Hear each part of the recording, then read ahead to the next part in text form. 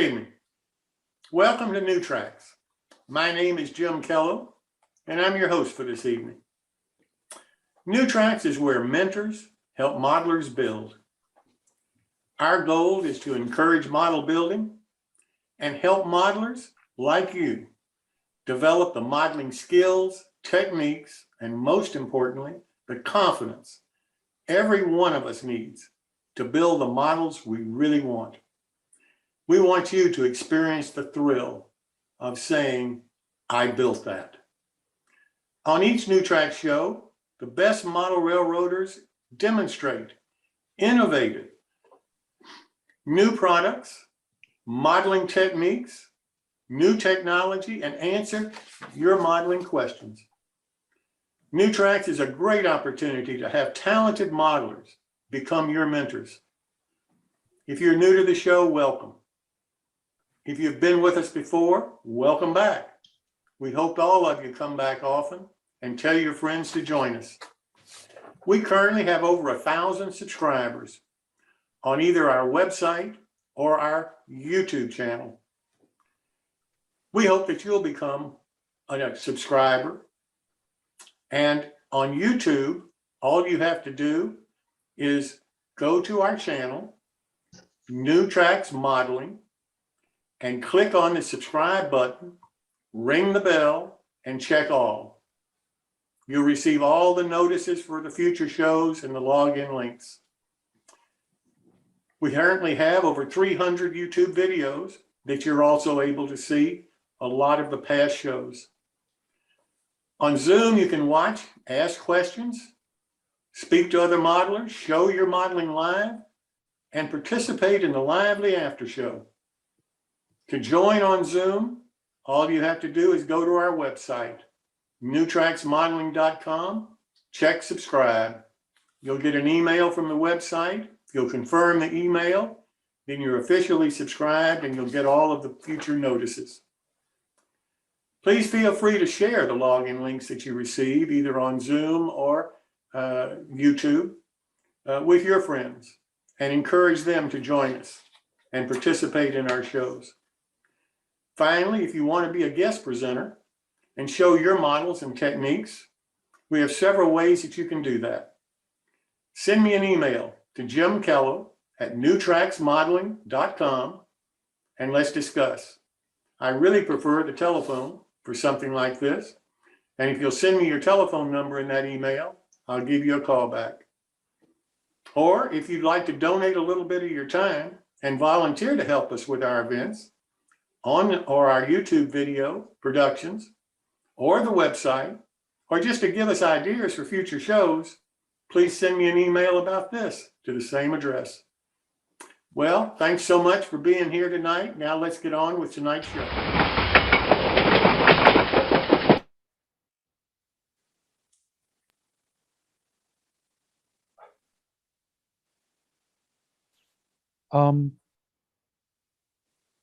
Jim or Chris, am I meant to be presenting now? No, not yet. Oh, sorry. No problem. Well, good evening. I hope everybody had a great holiday for Thanksgiving and didn't meet a whole lot. I'd like to announce the upcoming build-alongs that we have scheduled. On December the 8th, Clark Kooning is going to start the Bantam model build. And that ought to really be an interesting one. So I hope that you'll tune in for that next week.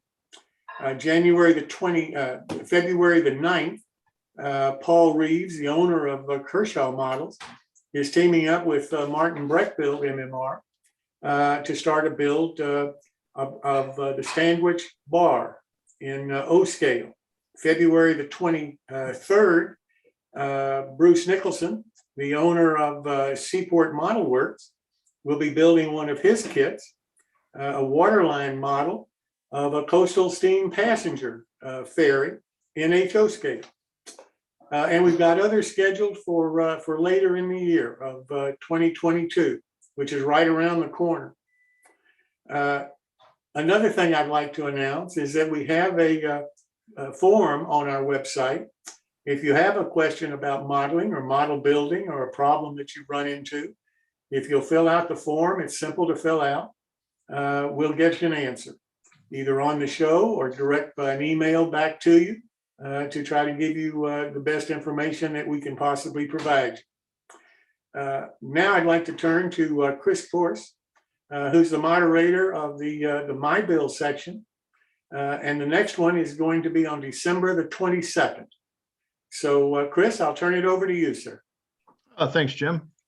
I'll just do a quick slide share screen here. Next build is next My Build is December 22nd. Of course, it's featuring you. If you could drop me an email with your photos of something that you've done, or maybe something you're working on, possibly something that you need help with.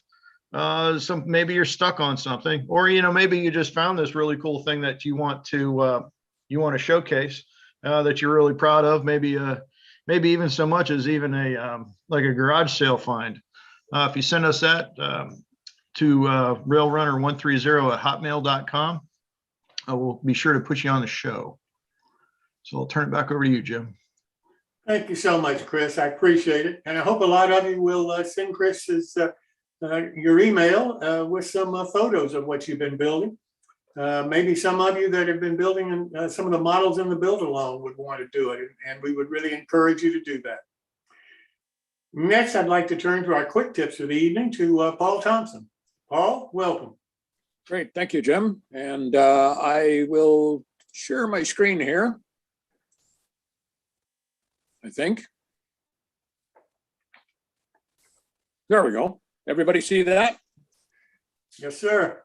This week I was tinkering with some boxcars and doing a little bit of repair on the underside. And one of the things I noticed, and you don't see it all that well here, but this one has grab irons and stuff on the catwalks and a few other details that stick down. Plus, this is a resin kit, so it's kind of delicate on the running board. So I was looking for a way to kind of stabilize this thing while I worked on the underside and some couplers and whatever. You run into the same kind of a problem when you have flat cars that have things sticking up. And I just took a quick picture of that to show everybody. So we're back to the shelf liner that I cut little strips of. These are, you can get at Walmart. It's kind of like a non-slip material, and it's a little bit spongy, but it's got some body to it. What I did was I took 2 strips of it and laid it out like so, as you can see. And I did this on just a piece of foam that I use for working. A little bit of a close-up of it. And as you can see, the boxcar sits upside down. The nice thing about this stuff is it grips the boxcar and it won't move. So you've got some stability to this thing to work on it. Plus your details, etc., are off the foam, nicely cushioned. So you carry it through, and you can do the same thing for flat car details or other cars that have minor little things sticking up. The nice thing about this is even though I really didn't need it on this board, it did keep the car from slipping around. And of course, gondolas, anything else you're working on, the same thing can be true. And it gives you a nice stable work base. And basically, that's my tip for the night, guys. Just remember, this shelving stuff is dirt cheap. It's got a million uses. And one caution, do not leave your car sitting on it. This stuff will attack the paint. Thanks very much, guys. That's a great tip, Paul. Thank you so very much. Thank you, Jim. Well, now I'd like to turn to the Motrak Build Along. And tonight, Clark Kooning, MMR, is going to be talking about the building of his model of the Motrak build in N scale. So Clark, welcome.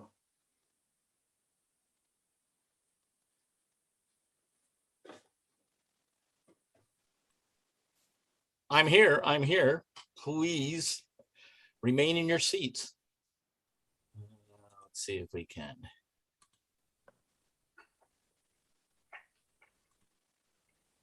All right. Woohoo! Everybody see our screen? I see a screen. Okay. Well, we're just trying to get to the main There we go. Woohoo. All right. Welcome to pieces 4 and 5 of this little build. If you've been building along, and I don't know how many of you have been doing it in N scale, it's an interesting kit. So in this segment, I kind of finish it up. Now, one of the things I realized I didn't do the stairs. One of the things that I am lucky to have is called the lumber store. It comes from our friends at Fast Tracks, or in this case, Mount Albert Scale Lumber. It's really a neat piece. It is a lazy Susan, and you can spin this thing around, and it has all your HO, in this case, HO lumber. And when you get up to the larger sizes, I have 2 of these, so I have the full all the sizes in HO lumber you can own. So it's great for pulling some wood out if you need it. Now, even though we're doing it in N scale, I needed some finer pieces because unfortunately the pieces that came with the suggested pieces for these posts, I thought were pretty heavy. So I actually replaced them, and there's supposed to be another set in here, but I thought just the 2 was enough to fill it out. So basically, and if you remember from last or 2 weeks ago when I did it, or 3 weeks ago even now, we basically had it to this stage, and you can see how small it is by the dime that's used. Now for the roof, what I did was it takes some spackling compound, and I like the stuff that comes out pink, and when it dries, it's white. And I filled in all those little notches where the roof pieces come up, because they're not always even. And this just makes sure it's nice and even. And then I sand that and remove all the excess so we have a nice flat roof. Now, I didn't go with in the kit, we went with the shingles. I didn't do that. I took your basic masking tape and put it across on the roof. And then I just painted it with craft paint. And I like this color. It's a little bright in this picture. It hasn't been weathered or anything, but it's a neat color because it sort of sets the grays and the whites off, in my opinion, in these small structures. So basically here is almost the unit finished. Now, one of the things, and we're going to talk about this a little bit as we talk about scale differences, and I'm going to bring the other builders in to talk about this. You can see how small the structure is. This is a piece of N scale Kato or Kato track next to it. And you can see how small this really, the structure is. So it made it difficult as far as, how can I say it? It's not a difficult build. It was a difficult model in the sense to get really enthusiastic about it because it is so simple in this case. But that was also the interest that we explored in doing these build-alongs in the 4 different scales. And Jeff he warned us ahead of time that, this is a pretty small structure, and an N scale, it's going to be pretty small, but he was able to cut it. And he did have some really nice details, as I mentioned earlier in some of the other slides. He had the really nice door front or door, and even the side door with the panel door. I thought that was a neat piece. He could have just handed you a hunk of plastic, but instead he cut them, so that was great. So you can see with a car, an N scale 40-foot boxcar next to it, it really dwarfs the whole model. And I think, and we're gonna, as I said, we're gonna have a little discussion here in a minute about scales. When it comes to picking a prototype, that's why not all manufacturers will actually manufacture a scale or an item in that scale, because it just maybe not work out in the smaller scales. And that's not anything against N scale. Anybody who says, oh, you're anti-N scale, that is just a crock, because I'm a big N scaler and have been. But you have to pick a structure with enough size in it to also relate to the scale. And that also goes in the reverse when you get to O scale, and we're going to bring Phil in and talk about it. So again, scale difference discussions, guys, if you wanted to jump in here, Phil, we were having I think the thought process here is, if you look at a building, can a building first be effective across these 4 scales with the differences? And what's interesting is if you look at any one of these from O to HO, or excuse me, O to S, S to HO, and even HO to N, if you look at those individually, they're not a huge difference. But when you look from the N to the O, you realize how profound the difference is. And I think the perspective here is that this structure has a lot of applicability in O because it's small and can fit into the tight spaces that often O creates because it's so large and congested. On the N side, it becomes almost too diminutive. And what the other thing we were talking that's interesting to think about is if you think about an N scale building and you fit it into the O scale space. So if you think about what would an N scale building look like if it were modeled to the same size as that O scale on the left, you realize that you'd have a much larger building. If you looked at that, if you looked at the left structure and said that was an N scale building on a layout, it would be essentially a 3-story tall, fairly large industrial kind of building. And so, kind of fitting to your space, I think was what is a very interesting view that this kit really brings out.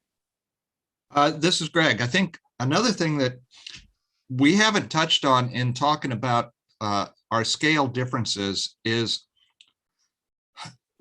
they've always been applying to the scale of a railroad that you're building for. And it may be because you have a layout or because everything you build is in that scale. And so you have all of the extra parts in the strip wood and all the stuff that works for that scale.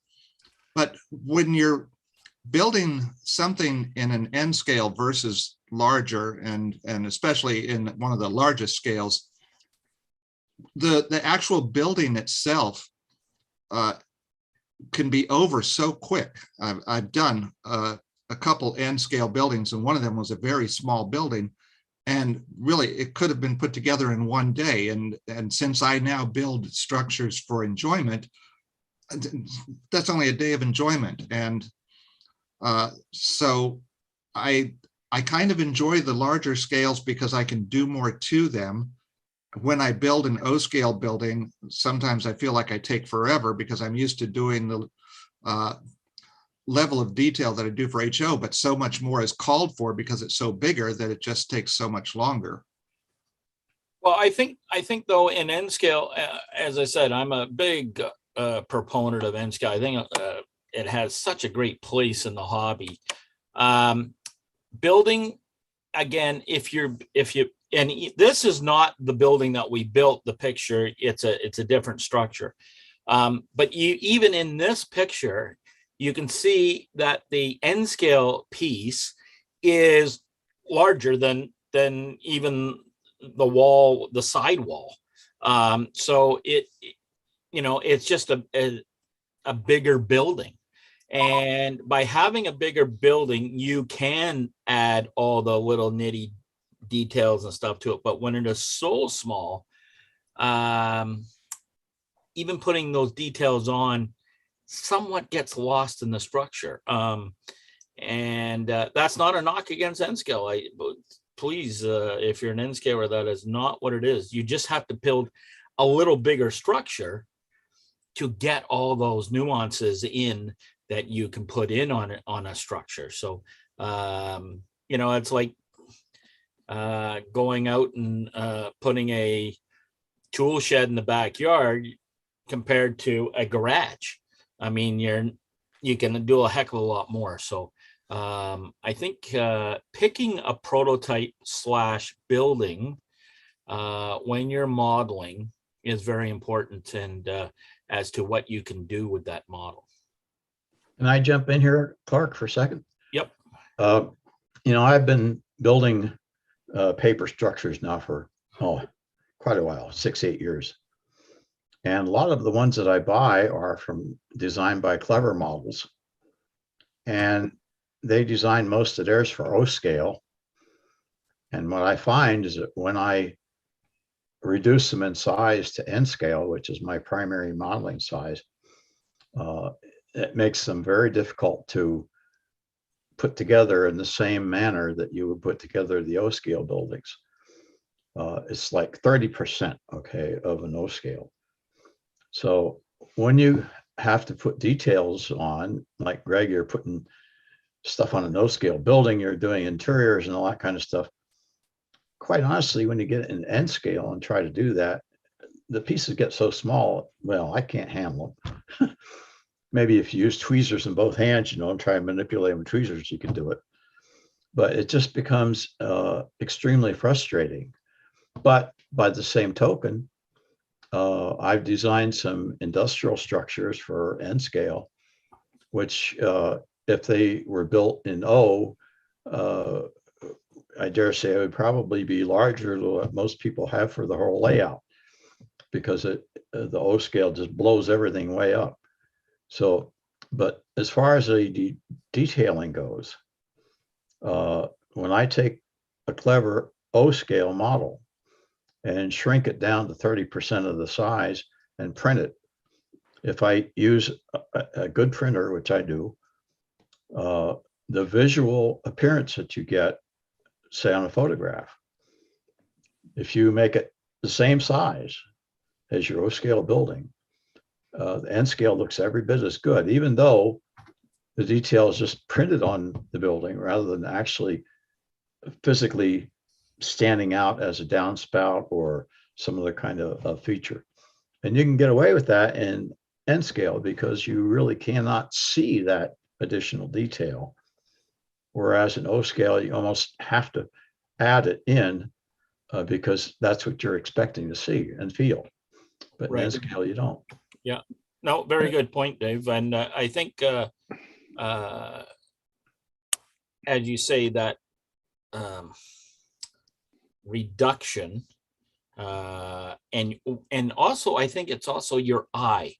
What does your eye see in N scale? It really fills in some of the blanks. Whereas, as you mentioned, in O scale, it's like, hey, where's the door handle? Yeah, exactly right. I mean, I think by definition, you almost have this thing where I don't know what the right word is on the O scale in its detail. On the N scale, it's about the vista or the scale of the modeling you can do. It's a much broader view. Exactly. And I think that reflects on the buildings, because when you build buildings in N scale, they're less focal, they're more part of the scene. Right. I totally agree with that. When you even to HO to some extent, you want, as I have said in some of my previous clinics, and when I do clinics, I always say you want a family resemblance on the whole layout. And what does that mean? Well, you want muted colors and structures. You want basically rolling stock that is different, different rows, but it also looks like it should be there. And structures are very much alike to that point, and trees and so forth. So it's a great point, Dave, and I appreciate you jumping in. Can I make a comment? Thank you. I can't thank you enough for talking about this tonight, because this is exactly what we had hoped was going to come out of this Motrak build. Yeah. And that is to show the differences and be able to talk about the differences in the scale by building the same exact kit by 4 talented modelers and their reaction to it, and how they view modeling in their particular scale and how this kit stacks up. So thank you so very much for kind of broad discussion, Clark. I think this is great. Sure. I think Bud, was that you that wanted to jump in, or who wanted to jump in for a second? Yeah. Go ahead, Bud. One of the things that we haven't talked about is that if you're normally building a fairly large structure in O scale, you have to use selective compression. But with N scale, you can build almost everything to the correct size and not have to compress it. True. And so that's the opposite in this particular build, it's, if you're building a big structure, you're like really happy to be in N scale. When you're building a teeny weeny building, oh, you're not so much in love with it, but that's the build. So Jim, we'll let it go for tonight. And thank you guys. I appreciate you jumping in. The next build along, as I mentioned, is and Jim mentioned earlier, is the Bantha Models. This is really a neat build. And I learned a brand new technique, which I'm going to try on this building, and it should be interesting. So please buy your building off Bill, and we'll see you next week for the start of this one. And that's all, folks. Clark, again, I really do appreciate you and Phil and Greg talking about the difference in the scales, because that's exactly what the Motrak build was supposed to be all about, is to try to differentiate the scales and what's involved in it, and how a modeler views his scale, I guess, differently than a modeler in another scale. And I really think that's important, and I can't thank you guys enough for bringing that out tonight. All right, it's all back to you. So now I'd like to turn to Dave Schultz for the completion of the All Nation build along of the Waffle Side Boxcar. Dave, welcome. Thanks again. Okay. Anyway, yep, this will be the end of it. We should have most of the car built. The roof is in place. You don't have to glue it in place, but you can choose to do so. Anyway, we're going to put on some of the finishing details of this. And so we'll start in. First thing we got to put in some couplers on this beast. So here's the draft gear. The coupler pocket is on the end.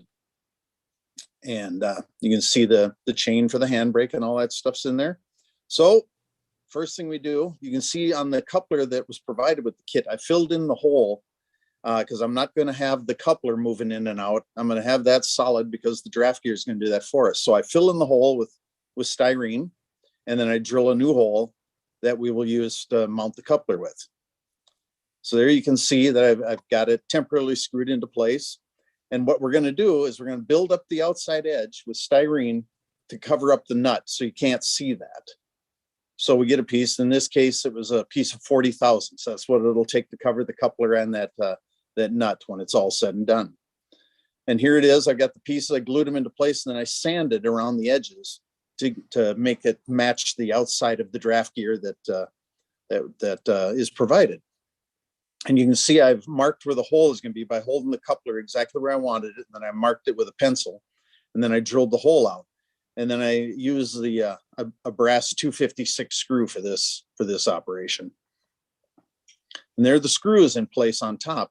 Now I'm doing the same thing on top. I'm going to build up with some, I think that's 40 thousandths I had to use. I flatten the head of that screw a little bit, and I'll either use some contact cement or something to just lightly hold it in there, because I'm going to cover all this up so you can't see the top of the screw. I hate the look of that, but that's my preference. So, my pictures are out of order again. Anyway, you can see the bottom where I added the pieces to hide the nut, and the hole drilled in the top. Yep, a little out of order. Anyway, there it is. I put a 20 thousandths piece over the top, and then I sanded it to match the rest of the coupler. So this is how it's going to look on top of the coupler. I got the car sitting upside down, but I laid the draft gear across there so you can see it. Okay, so then the coupler will be mounted. You'll screw that in place. Now on my car, I measured right next to the end, and you can see by the dial caliper, which is a truly handy item, and they're not terribly expensive anymore. I measured next to the ends, and then I went to the middle of the car, and of course you can see a little bit of a gap there so that she's bowed out just a little bit. So I glued together some 60 thousandths plastic, and I trimmed it down to fit on the very end, snugly on the end of the car. And then what I ended up doing is glue them in the middle to pull the sides together just a little bit. And that'll square that car up nicely. In this picture here, you can see I've got the interior. I got the nailable steel floor. I've got the rings on the side of the wall for the tie downs. And this was the high-end kit. It includes all the extra detail. The car probably should have opening doors so you can actually see that stuff. I'm going to have the roof removable on this one, so it won't be such a problem. But that would be probably a whole other show to show how to make those with opening doors. Anyway, I'm going to build the kit as it comes in the box. Next, we got to put on some of the rails for the boxcar door to travel on. These come with notches for the bottom, and you'll notice all of this. This takes a little bit of filing. You got to take your files and go through and clean up those boxes and then keep test fitting to get everything to fit. As you can see, on towards the left there, the squares are getting a little bit off, but it's not too big a deal to take a little needle file and go in there and just widen that up a little bit to get those to fit. Takes a little bit practice to get all of them to fit properly, but when you're done, it'll look like that. And you try to keep it square. I glued one time and it bowed out on me a little bit and I wasn't paying attention, so I had to break it all off there and do it again. But anyway, we got her on nice and straight, so that'll look good on the doors. And then you glue the top rail on place. And that one's pretty simple. It just goes across the top. You've got a stop on the ends, so you try to line it up with the stops.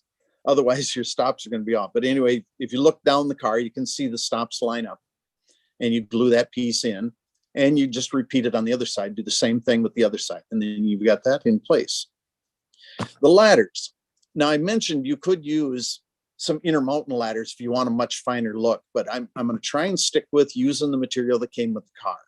Now, I wasn't completely happy with that. The guy could remove those, put in a piece of wire, but I found that this stuff is fairly sturdy, and I'm able to take a Dremel and go in there and grind some of that out of there. I actually used a cutoff wheel and just lightly went back and forth on that until I got the rung slimmed up a little bit. And then I took a file to finish it off. And this filament really is some tough stuff. It's kind of amazing how well that worked. Then, of course, and the one thing, I don't know if the instructions talk about this. I kind of read through the instruction one time, but my father taught me once that instructions are just another man's opinion. So anyway, there is the crossover platform on the ends of the cars. There's a railing that goes between the ladders. So I drilled a hole in about a 20 thousandths hole on the one end of the ladder. And you can see them matched up here. The holes, of course, when the ladders are parted, the grab iron will go all the way across the end of the car, and it gives something for the train crew to hang on to when they're crossing over between ends of the car. So we've got our ladders, all the rungs are trimmed up, got the holes drilled. And these are the crossover platforms. Now, I got really kind of bored one night, and I noticed on the back sides of these, there's little dimples. So I took a drill bit, 20,000 drill bit, and a needle file or a holder, and I drilled all those holes out. And you really have got to be bored to do this kind of stuff, or really, really kind of crazy. But anyway, I drilled those out, sanded them, had to do it a couple times, then go through with an X-Acto knife and just clean the hole out a little bit, because you get a little bit of fuzz in there and such. And I find that a brand new sharp number 11 will go in there and you just twirl it a little bit and it'll clean those holes up pretty well. And then, of course, you've got your handbrake chain that gets in the way. So you've got to make this notch in one of the end platforms so that the chain will drop down through there. I don't think it mentions that in the directions, but then I don't know how many people are actually going to go through the trouble of putting in a handbrake chain and all that. But for those who like to do it, like myself, that's a necessary item. So there it is. The coupler's in place. The handrails are on. And I didn't take my last picture showing the grab iron going between the, oh yeah, I did. It's in the next photo. Anyway, crossover platform's in place. That there's little knobs that stick out. That glues right in there. Real nice. Ladders are on. They fit right on the little knobs that are provided on the car. And then, oh, yep. I was going to modernize this car a little bit. And there was one thing that this was kind of a last minute adjustment. It gives you coupler lift rod holders, but they're kind of when the cars first came out. Later on, they made a different style of pin lifter. And I wanted to modernize the car a little bit into like late 70s. So anyway, I cut 6 pieces. This is all 20 thousandths plastic. 6 little squares. They're about, probably a 1/4 inch wide by quarter-inch by quarter-inch works actually, but I think I went a little bit bigger than that. Anyway, you start gluing these things together into these corner pieces like this, and then I glued them on a piece of 20 thousandths, and then trim it all up so you end up with a piece that looks like this. Then you glue the other piece on in the opposite direction. And then what you're going to do is put that same brace on the opposite side of that. So you're going to, it's kind of a confusing picture, but you can kind of see what I've done here. So it makes kind of a W look, or even a Z. Clean and trim that up, and then add the little coupler lift rod holder into that corner. And then this will glue up into the corner of the car. And it gives you that more modern look that they use today, which on the railroad, if you step on that to get up onto the ladder, the railroad is going to write you up immediately. You can't be using things like, as handy as they are, there's nothing more handy than a coupler lift rod to step up onto the crossover platform. And yet the railroad guy has real heartache over that. So don't have your crew members standing on that lift pin when you get up in there. Now, I didn't bother to put in the coupler lift rod. The draft gear moves in and out, and I've got to kind of devise a way to make that. And I'm probably going to do the way the real railroads do, which is kind of an expanding lift pin. It's got to be either telescoping type stuff, or they even make a style of a lift rod where it's like a paper clip. And then the lift rod that goes to the coupler actually has two grips that hold onto that paper clip shape and slide back and forth as the draft gear goes in and out. I didn't get that far on it. You can see here I've got the wire put in for the grab irons on the side of the car, and you can see that I've thinned up the ladders on the ends of the car. And so here's the B end. You can see that I've got that grab iron up above, got the roof in place, the coupler is in place. I've got a coat of primer on it. I probably will this week start painting it. I'm not sure. I think I'm going to go with Rock Island. The handbrake I have on here is an Intermountain handbrake. The one that came with the kit required a lot of cleaning up, and I've got a lot of sprues from Intermountain car kits. So I just popped one of those out of there and stuck it in the end of the car because I thought it looked good. But anyway, that is the B end of the car, and it kind of rhymes with the end. That's kind of what I have for you. Hopefully you were able to follow along. I didn't go too fast, I didn't stump anybody, but if anybody has any questions, feel free to give me a holler at the end of the show and we'll go on from there. So Jim, I'm turning it back over to you. Well, Dave, I can't thank you enough for doing this. You've done a beautiful build on that car, and it's really great to see All Nation back in the market again after all these years. And I hope they have the greatest success possible. And certainly you've made a contribution to their success. Thanks for doing this. Yeah, you're most welcome. Maybe we can do it again sometime. Yes, sir.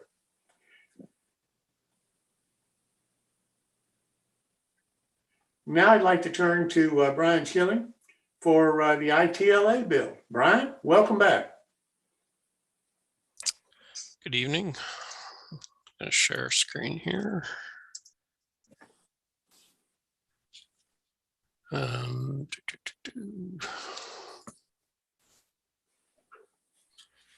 Okay, so past few weeks, Nick is with us this evening as well. So hey, Nick, welcome back. So I'm just going to quickly kind of do a summary of the last few weeks. I've kind of put together a bit of a slide presentation, so some of the pictures and whatever will be easier to see, and then just touch on the last few things.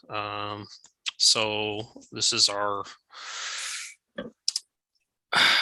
first we had the kit. We did the spraying of surfaces, basically using rattle can for a lot of stuff. I also did demonstrate a different technique with the dry brushing. So, but I still had done the gray background spray just to help seal the wood a little bit and get a nice even surface.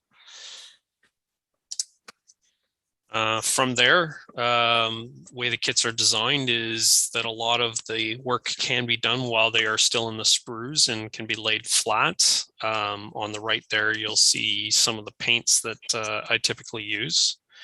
Now, I'm showing some of the products I use. I am by no means trying to push any product in any particular way, but these are kind of the ones that I use, and a lot of them are fairly readily accessible. So we did kind of illustrate or demonstrate the kind of the spray can technique for the red brick, and I also did go through a lot of conversation on kind of a dry brushing with a yellow brick surface. I typically like to use these paints, Hunterline stains, and the rattle cans. So continuing on, I was able to do a lot of the work while the walls are flat and everything, even attaching a lot of the detail work.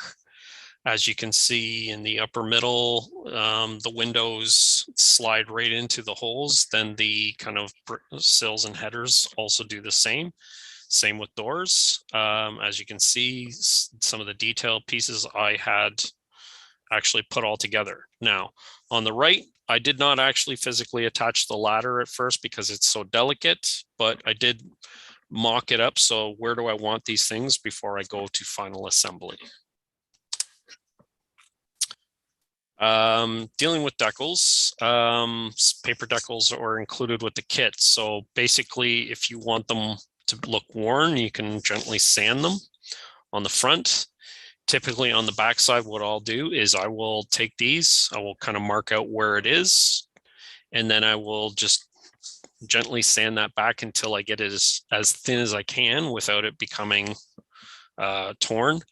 It gets almost a transparent. Then I basically just use a glue stick and then I almost burnish it on. Now, where I put it, there's not a lot of detail, but if there was brick, if it was being onto a brick surface, by burnishing it, it will start bringing some of that detail through.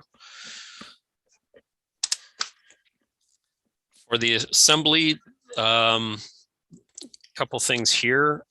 Typically, it's kind of a recommendation that you build the two opposing corners, get those perfectly square and everything. And then for the final assembly, you take those two and put them together. Now, with those corners, if you're lacking a lot of kind of neat clamps and so forth, if you have the roof panel will help you with keeping the building square, as I've shown the middle left. And then I generally use the yellow carpenter's glue, but weld bond or whatever, very thin on the interior edges. Then I use the elastics, gently put them in place and let it sit and dry. On the right, it shows the kind of the roof blocking. Now I do it vertically because it helps to reinforce the corner in my mind, but I can also set it at the heights I want to. But as conversation in the last one, and I think Nick's way of doing it would be is to actually do them horizontally, but totally up to you. Both will work. So on to kind of the last stages. What I'm showing here is just different products that I use in order for doing the final weathering and so forth. I love the pan pastels. Not everybody does. Weathering chalks. I even use watercolor pencils and the Hunterline stains. There's also in the foreground of that, there are chalk sticks, which you can sand down, and that gives you a powder as well, just like if you don't have the weathering powders. Also the Vallejo washes. And then right at the front, I have two brushes, which are, one's a fiberglass and the other one's a brass brush, and they're great for helping distress. So if you're doing more of a wood style kit, I've used those to quite an effect. Yes, you can use things like a razor saw and everything, but these I find can kind of get me into certain places a little bit better. So when the kit's finally put together, all the corner pieces are on. There's an overlap on those corner pieces. So generally speaking, if you can fill them, sand them, paint them. If you still see stuff, sand it again, fill it a little bit more if needed, repaint it until you kind of come up with a kind of a happy happy look on that corner. The flashing, I like to paint that with kind of a black and then a bit of the color that I'm using in the trim, so that it gets that kind of faded, weathered look all on its own. And then as you can see on the right side, I'll go back with the chalks or the pastels and that, and I'll just start working in some of the details for kind of some rust effects, some dirt effects, and so forth into those walls. So same obviously kit. One's just painted, the other one is more the weathered final. So going to the opposing sides, basically with some of the rust on that rebar, I did that before I put the whole thing together, but with some final touches and that I've accentuated that up a bit more. With the chimney at the top, I toned that down, you know, soot and so forth. And then same with the coal door at the bottom. So again, it's just a matter of kind of playing with those until you get kind of the effect. With the stucco itself, the final, I had painted it. I did not do like a perfect job on painting those, meaning that it's like pristine looking wall. I left it where sometimes you saw a little bit of other color kind of popping through, just because it will help I find when doing the final weathering to accentuate that kind of aged and different variations of color. The top roof, I paint that and then I go along the lines for the seams of the tar, and I'll just hit it almost with a straight black in places because they're never clean. And then just a lot of kind of dirty weathering, so to speak, to kind of tone a lot of that down. Also you'll notice on the chimney and the roof vents, I'll take the tar and go right up the edges of those because you're going to have to seal around those. They will have flashings, but roofs I've seen anyway up close, a lot of that is pretty messy where they tar the crap around it. So that basically wraps up what we've done with this kit. And I know that if you want to look at some of the other things that ITLA has done, they've got a gallery of their stuff, which shows some of these. They also have some demonstration stuff of techniques and so forth. And I'll maybe let Nick speak to that if he would like to share on that. Hey, Bryan, I just wanted to give you a big shout out. I think you did a great job on this build over the last 4 weeks. And the neat thing is that you brought forward some new techniques that even I was not familiar with, and I'm going to give a try myself, which is really a great thing. And I think that speaks a lot to the hobby and to structure modeling in this case. Rolling stock, I'm sure it would apply in some cases as well too. But the neat thing is there's more than one way to pull off a paint job and to assemble a structure. So my hat's off to you, Bryan, for doing all the work, and much appreciated. Thanks again. Thank you. Well, Bryan, I'd like to second what Ken said, and Ken, thank you so much for participating too. We really do appreciate it. But Bryan, you did a beautiful job of this model, and I hope that some of the people that are building along with you will show their models in the My Build coming up in December, on December the 22nd. And if you'll send your photos to Chris Gorst, then he'll make sure that he works you into the show. But thanks so much again, Bryan. This was just a beautiful bottle, and we really do appreciate all the time and effort that you and Ken put into this. No problem. I'll say that I did not get to finishing the dry brush painted version at this point, but when I do, I'll share some photos on that so that people can kind of see how that came out.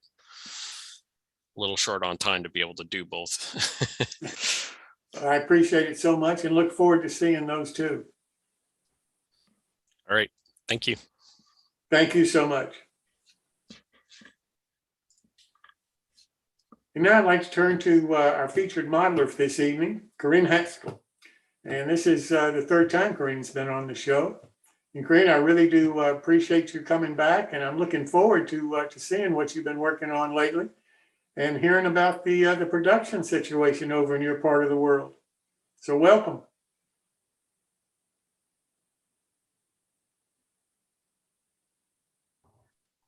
Sorry. As Jim said, my name's Corrine Haskell. Tonight, I want to talk about two things, really. One,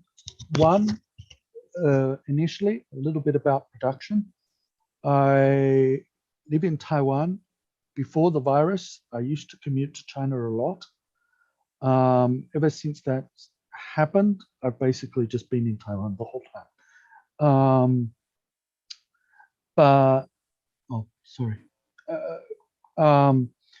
And then in the second part, I'll talk a little bit about my own modeling. Now, summed up in two sentences, the main gist of what is happening with production in China is it is still very much reduced in volume. It's regionally affected. China is a huge country. Remember, China is bigger than the United States physically. So but it's also more divided in some other ways. The regional differences economically, linguistically, whatever, are much bigger than most countries. And in the past, Guangdong, next to Hong Kong, was really where a lot of model production and toy production in general was done. It started from the late 1970s, Hong Kong factories moving across into Guangdong for cheaper labor. But Guangdong became the richest province in China. And because of that, they were reliant on getting cheap workers from other provinces in China. When the virus became a big issue, workers going home for Lunar New Year didn't want to come back because the government implemented essentially quarantining for travel between provinces in China. Without workers, it's hard to make things. Now, there is some production in other parts of the country, notably Shandong for brass, Anhui for plastic, and brass, but more brass, and around Shanghai for a bit of plastic. They may have been affected less, but in recent times, we've also had power shortages. And guys I know in China are producing, on average, maybe ballpark a quarter what they were producing before. At the same time, we had increased demand from people sitting at home in the West. Now, I know of one specific factory, just a very specific instance, where they went from over 130 workers to under 30 at one point. At the same time, power cuts and then restrictions on operating where they used to operate 9 to 9, 6 days a week. They were restricted by the government to finishing at 6 p.m. Then also we've had other supply chain issues, collapse, not only in shipping, but partly because of shipping. And also, say you're producing something and you've been working for a long time with a handful of suppliers. It's quite normal. Say you buy paint or ink from one company, you'll get used to their colors. If suddenly they're not supplying you because they've gone bankrupt, because their other customers have fallen apart, then you're going to have to find a new supplier. That can sometimes take time, and time just to get used to working with them. Maybe their colors are a little different. You need to adjust for that. So we really had this almost insane level of perfect storm about problems and combined with increased demand. Now, I'll talk a little bit about how mass-produced models are made. I realize some of you may have some sense of this, but just having a background understanding also will help explain the problems.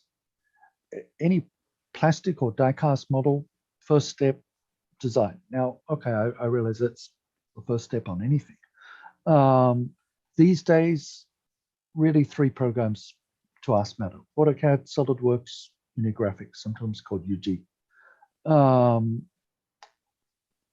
We start by getting dimensions, drawing photos of the real thing. To that extent, it's always easiest when we make a model of a train we can actually access the real one. Although if it's one that's been in service for a long time, often you find a lot of variations. The picture I've got up on the screen now is of a Taiwan model we're making in a scale that most of you have probably never heard of, called HOJ. It's essentially much like British 00. Taiwan uses 3'6", very much Japanese influence. Taiwan's a former Japanese colony. Karen? Yes? Did you say yours had an image up? Yeah. Well, it's a slide. Okay, you're not sharing. Oh, okay.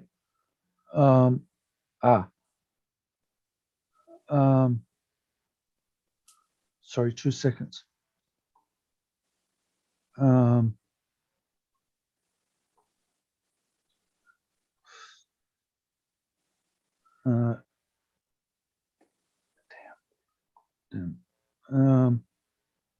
Sorry. Green share button at the bottom of the Zoom window.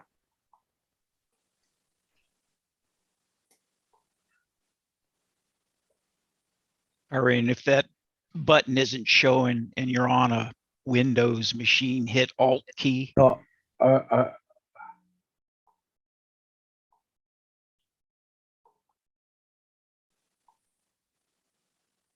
okay, 2 seconds.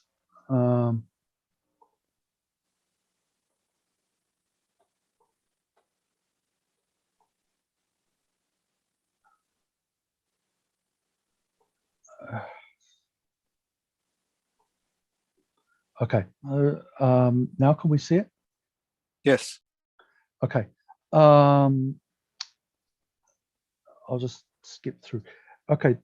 What I've got here on the left is a model, drawings of model we're making in HOJ, which is HO gauge, but it's a slightly larger scale, something like 00 in the UK, which partly but not correctly accounts for the difference in scale and gauge.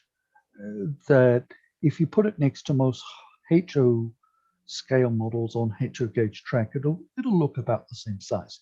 But if you were to put a real Taiwan or Japanese train next to an American standard gauge train, it would look quite small. So when we're making a model, first thing, get drawings, get dimensions, get pictures. We'll create a 3D drawing. A really complex 3D drawing takes a lot of work, and that's also used to make tooling drawings.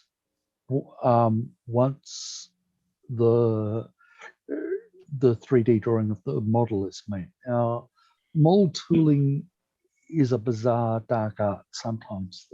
You have all sorts of consideration about contraction of different types of plastic. Sometimes we'll use different plastics for different reasons. Like the most common plastic would be ABS, which is cheap and fairly hard. But say we'll use PS for clear plastic for windows, or POM, PP, something like that, for something that needs a little bit of flexibility, like say a brake hose. Nylon is usually used for gears. It's more expensive, but it's fairly strong. Anyway, obviously, before we do the mold cutting, we try and check the drawings as much as possible. A lot of people now think about 3D printing. In mass production, I believe it has its place in models and it will continue to grow a little bit, but to me, it is not the be all and end all. We use it just for creating samples that we can look at, that we can paint, that we can check out coupler heights in the real world and running. The 3D programs are amazing. You can do things like have gears turn. That said, there's no substitute for being able to put it on a layout, just see how it looks. But the injection molds are incredibly tight on tolerances. So for things like paint masks and that, we use the molded piece, not something that's been 3D printed. But like I said, it can certainly, for something that has a minor degree of tolerance about differences, like a coupler height, yes, we'll use them. One of the other reasons I'm not as big a believer in 3D printing as everyone else is, people tend to think of a model as being a plastic model or a die-cast model, something like that. In reality, if you look at most models, you'll probably find at least half a dozen different materials. Now, sometimes they'll just be different types of plastic, but then maybe you'll have metal wheels. The couplers, you could have brass for one part, steel for another part. You'll have wires that have insulation. You might have etched grills. You're not going to be able to 3D print all of those things. And even if you could, would you have the arbor press or the jigs to put them together and decorate them? Now, at the moment, model production is still quite labor intensive as a rule of thumb. I realize that people are always looking for ways to move ahead. I've seen a couple of rare instances. I recently saw a video Pico had up of where they had robots making track, which is just wow. But that said, it is the exception, not the rule. And that's really how a lot of production was moved to China in the 1980s. Labor was cheap at the time. But that's become a lot less true over time. It's basically moved into a middle income country. Now, sorry, I'm just going to move that for 2 seconds. This picture I've brought up now with the orange engine with blue and white stripes. I'd like to use as an example of why we would produce something in multiple pieces, decorated and then put it together. You can see these stripes wrap around. That's, for us, the most difficult thing with decoration on this model, is that the stripes have to line up. But say the cab, we would not be able to print. You can see the hood and the cab, the stripes basically join up. A printing pad won't get right in there where they join, and unless it's a separate piece, so it's got a nice flat area with nothing next to it. Then it's easy. So we would make the hoods and the cab separately, put them together. That allows for accurate decoration. Obviously, the positioning has to be very good so that that white line lines up. Now, for big areas, the usual thing is paint masks. Sometimes on very flat things, people will use a silk screen, but a rule of thumb is paint masks. For plastic or die-cast models, at least. It doesn't work for brass because they tend to have a little bit of variation on each model that we don't get with plastic. But the very fine white lines, it's usually something called tempo printing, sometimes called pad printing. They are not decals. As soon as I hear someone say decals, no, I know that they don't really understand it. Decals are a lot more scratchable. And tempo printing is very efficient if you're doing a lot. It's not very good for one. It takes a lot of time to line things up. That said, we need a whole lot of other parts. And to that end, operating in an area where we have a cluster of suppliers is very important. We're lucky in Taiwan, we have such a cluster due to other industries, even though there are not a lot of model producers in Taiwan. There are actually a couple of others that don't do trains and one other of significance that does trains. But being able to get things like PCBs, ink, paint, plastic pellets, any of that in a hurry. So say you underestimate the amount you need, we can get more plastic, basically same day or next day. If I was in, I don't know, rural Australia or America, we'd probably have to wait a few days. Now, something that in real terms actually fell a lot in cost was mold production. It's still very expensive. The reason it fell was mechanization. I've just got a video here. You can see running briefly with the water. It's all machinery that is operating often 24/7. I'll leave it running overnight in many cases. So it's the machine doing the work, but they're very expensive machines. Once upon a time, you had very skilled laborers cutting the dies, tools, whatever you like to call them.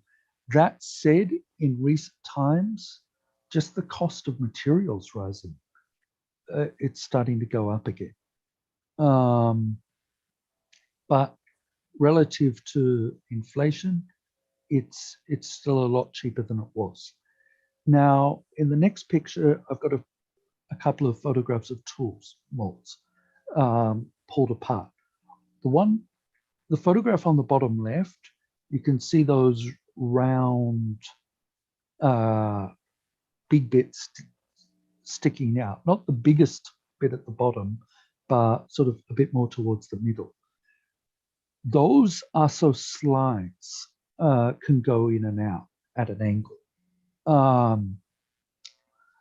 When you have what basically, say I wanted to make things with holes on different sides. If you were to just have two pieces coming together, you would not be able to make holes on both sides. So what we do then is have something called a slide coming from a different direction.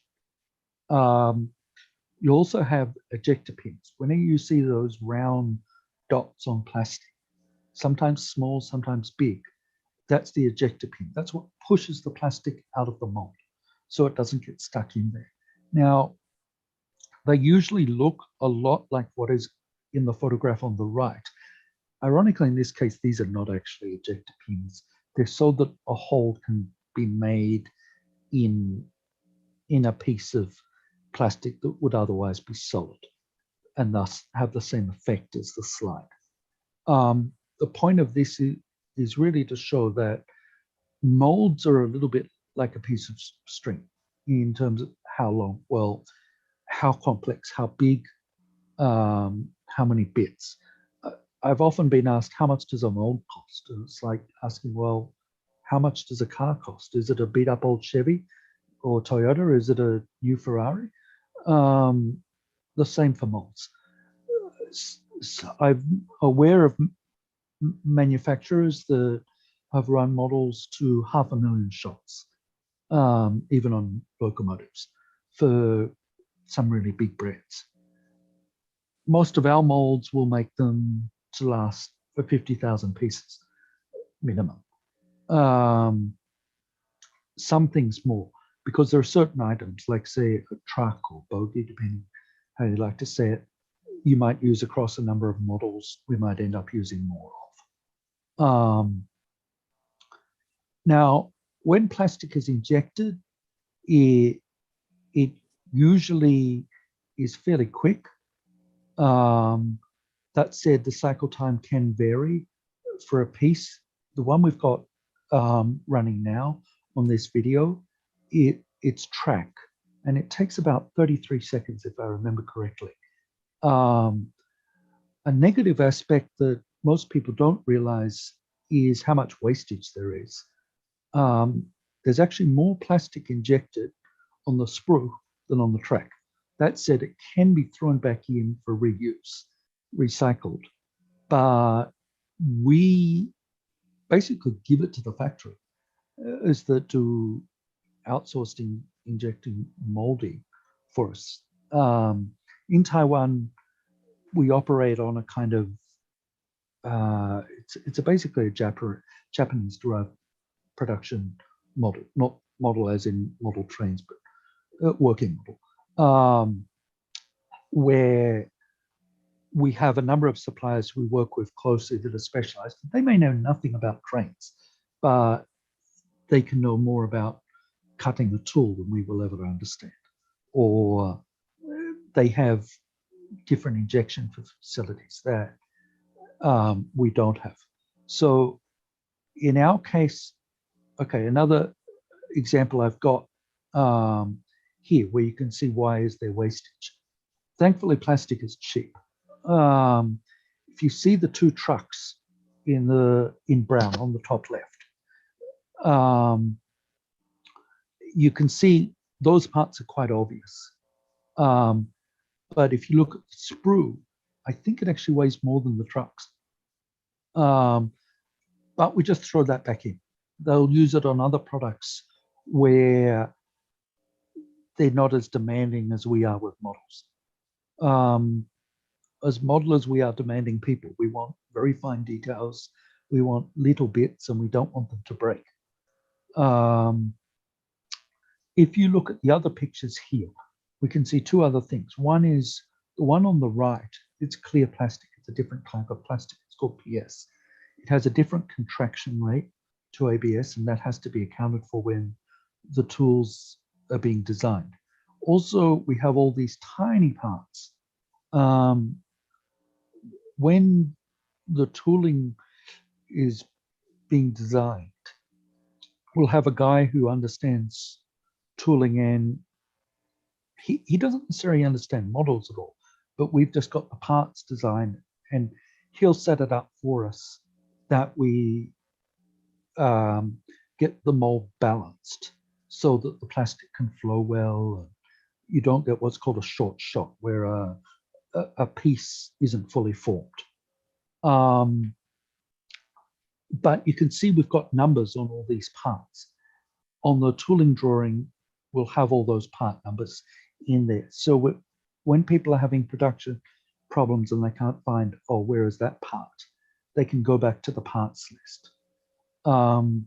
This is perhaps an example of how we can do things in a way that workers can cross-check and also understand, even if they don't understand all the design. Now, like I said before, we use a number of other types of materials. Here we've got a good example of why etchers are used.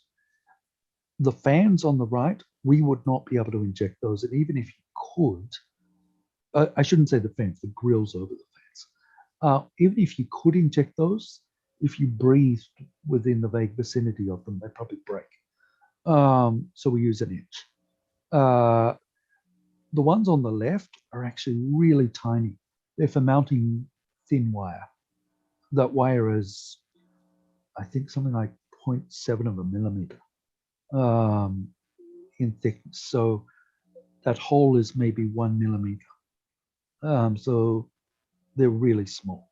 They're what, 2/25 of an inch long or something like that.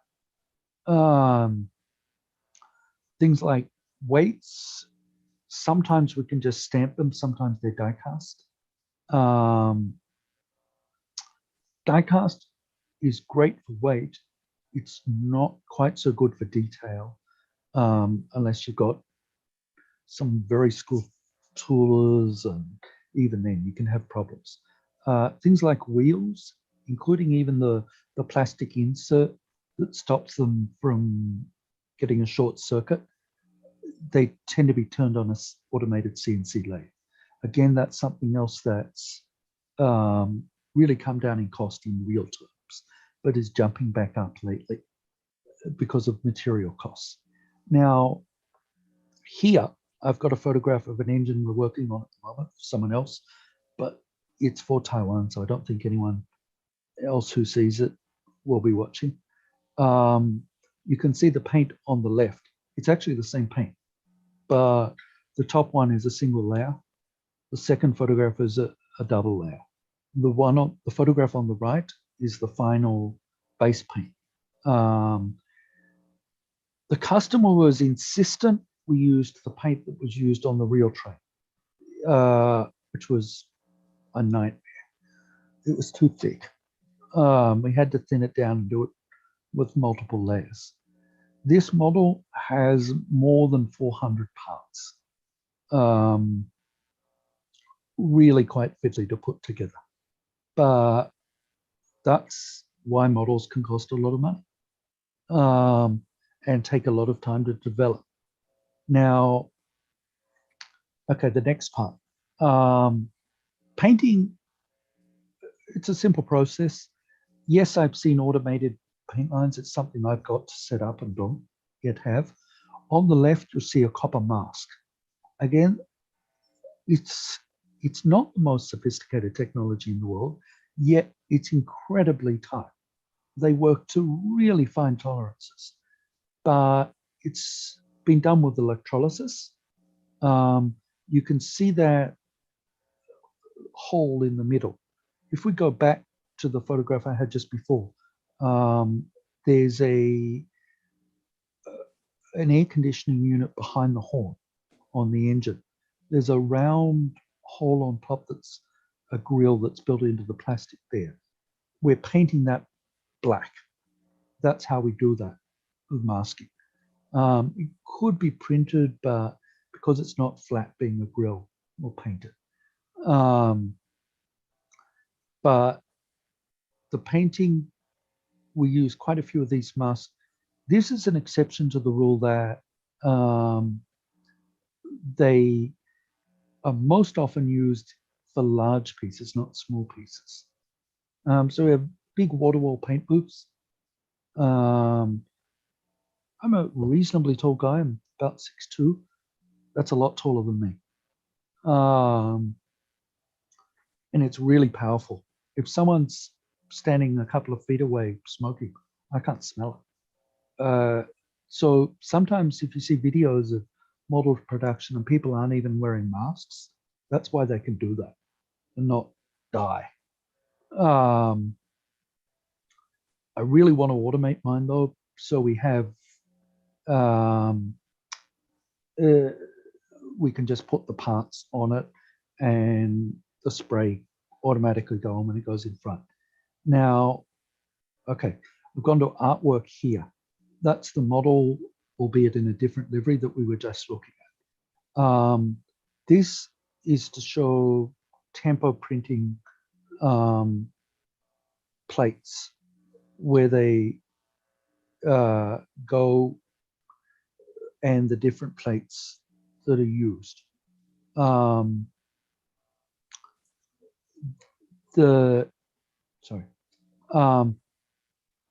Each of those little black lines at the bottom is something we're going to print on that model. So if you look at number 5 on the right, that's the windows, the rubber rim on the windows. It's printed, called tempo printing. It's drawn as a 2D drawing in this case, and then becomes an etching, which is used. So it's essentially a stamp that goes over the etching.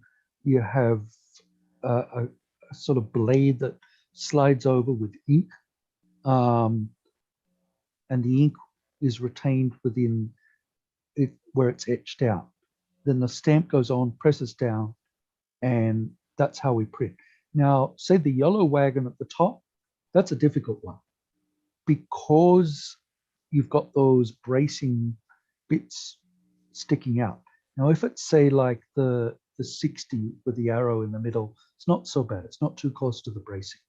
But if it's some of the other bits that go below the A, where it says 312, that's getting very close to the bracing. It's very difficult to print because if the pad goes down and hits the bracing, it'll push back. You won't get a full print. Say the models below, bottom left, they're relatively simple to print, but they do have to be done twice just to get the bits that you can see, because you've got to flip the sides unless you've got a really heavily automated tampo printer, which costs a lot of money. Now, when we line it up, we put tape over where we go on a sample model where we're going to print, and there's a lot of manual lining up. So to get the first one right, just turning backwards and forwards. You can see that guy at the top where he's turning that wheel. That one's about the mounting point, but the principle is the same. That it's a lot of just manual turning. Now, the yellow wagon I just showed you, we had an unusually high rejection rate because that printing was so much against the bracing. We really should have ideally designed it with the bracing to be put on after the printing. That would have cost more in tooling. So what did we do? We offered them as weathered ones because they're an all wagon. I think they lasted about 5 minutes in regular service without getting messy. And no one really complained. Customers were happy to get weathered ones. We didn't charge more. So we try and look for other solutions like that. Okay, now I've got a few more images of tampo printing. I'm just going to run a video quickly. You can see they're adjusting for the plate positioning and that. You can see the plate in there with the etching. The one in the left top, the yellow bit at the top, it's a silicon pad. The orange is where the ink is, and the blue with the orange on it is the hood of the model that's been printed. So we have that mounting point, but below it's just a very basic cheat that just push each piece onto hard. But like I said, there's a lot of adjustment, but once it's right, you can print off a couple of thousand in a day by one person. But on one model, you could have 2 pieces of printing, you could have 200, depending on the complexity. But okay, now we've got a close-up of the etching plate, and you can see the blade is pushed up back against the machine. The brown is the silicon that prints. We've got multiple numbers, so each time we use a different one, we have to adjust. But say we're making 150 of each number for a wagon, then we'll just have maybe 5 etching plates with different numbers. We'll try and do as much as we can on one hit, but each of those rows of writing is a different number set. Each one will have to fiddle around to adjust to get the right position. These days, there are some other ways of doing this. At the moment, they're expensive, but they're falling in cost in real terms over time. You can see this, we're test printing here, which is why there's tape over the model. Once it's worked well, we'll rip that off. It's a type of printer. This one comes from Japan. There are much cheaper ones from China, but they're just not as good. It's essentially much like a home printer, albeit with a price tag that you'll barely believe. I think that one costs 40-something thousand US dollars. But it allows us to just print one of each model. So say we're doing a lot of different numbers, that's very good. Say we're doing a graduated color variation. Like the worst case scenario for tempo printing is a rainbow. On this, no big deal. Can't print silver or gold, but it can do pretty much everything else. It's a CMYK, like a multicolor process. But the ink on these things only lasts so long. So they've got to keep being used. Otherwise, it ends up costing a fortune. But I think that's one of the things where things are headed. Now, because I'm in Taiwan and not China, Taiwan is not a poor country. We're trying to automate as much as possible. You can see I'm running a video here of a machine that seems to have about 10 different names in English. I can't quite figure out what the name should be, but some kind of automated gluing machine. Can call it a glue robot, whatever. We've got these, again, they're not cheap, they're not outrageous. It's something vaguely akin to 3D printing. But why would we have different ones? Sometimes we want to have a few different ones at once because we'll have different needles so that we can do very fine dots of glue or very big surfaces quickly. If you want to do, say, an interior to a chassis on the inside of a car, you just want a big needle very quickly. Say you're doing handrail, those dots. We want that to be very fine. Now, the machine, obviously you don't have someone there putting the glue on manually. That saves a lot of money. The less obvious, but not really that difficult to comprehend, advantage of this machine is it reduces wastage. We don't end up throwing away pieces because so long as we put it in the jig correctly each time, it gets the right spot every time. We as humans will never be as good as the machine for that.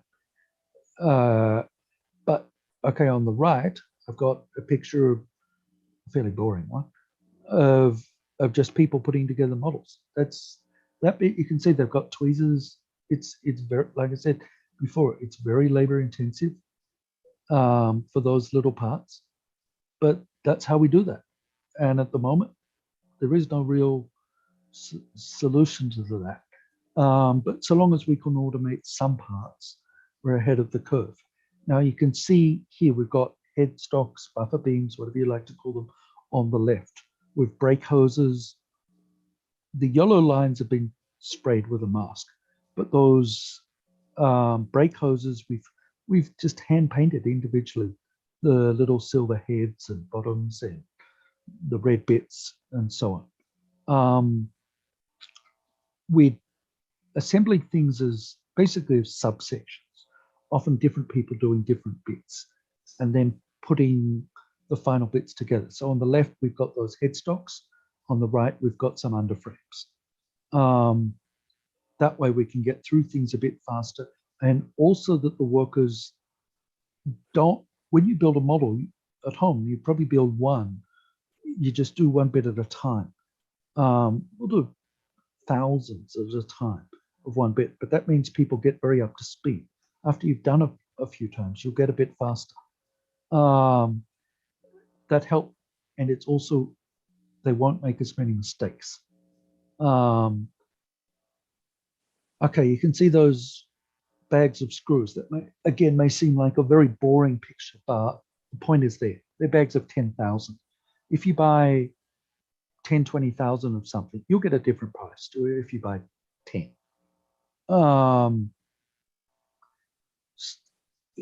That and the inability to amateurize molds or setting up of printing is why very specialized models are always going to cost more than very mainstream models.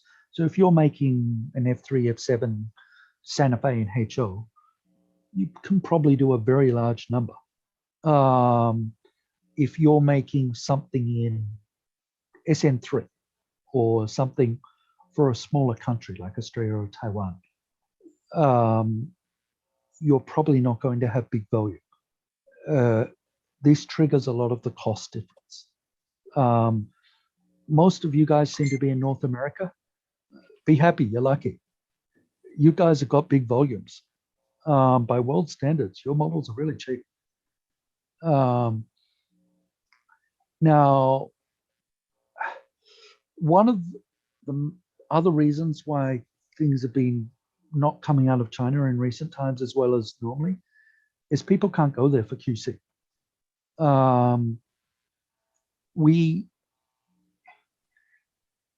We also need to avoid problems from shipping. This is a vacuum former, which I sometimes use just to make accessory parts or that, which is what we're doing here. But we'll use it to make packaging samples.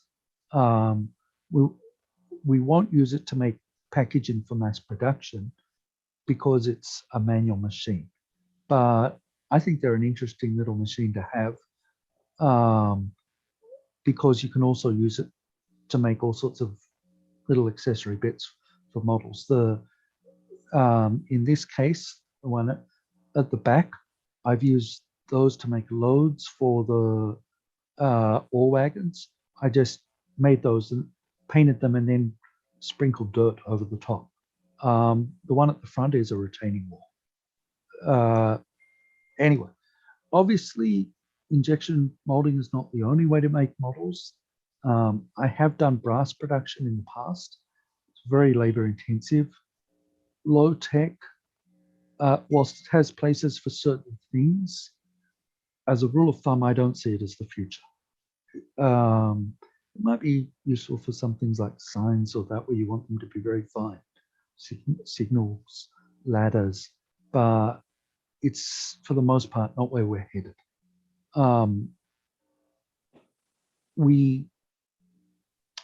Some of the other things can be quite different to produce. You can see here we're making track where we're inserting the rails into the base, the tires, sleepers, whatever you like to call them. On this, I guess we're somewhere in the middle in terms of world scheme of things.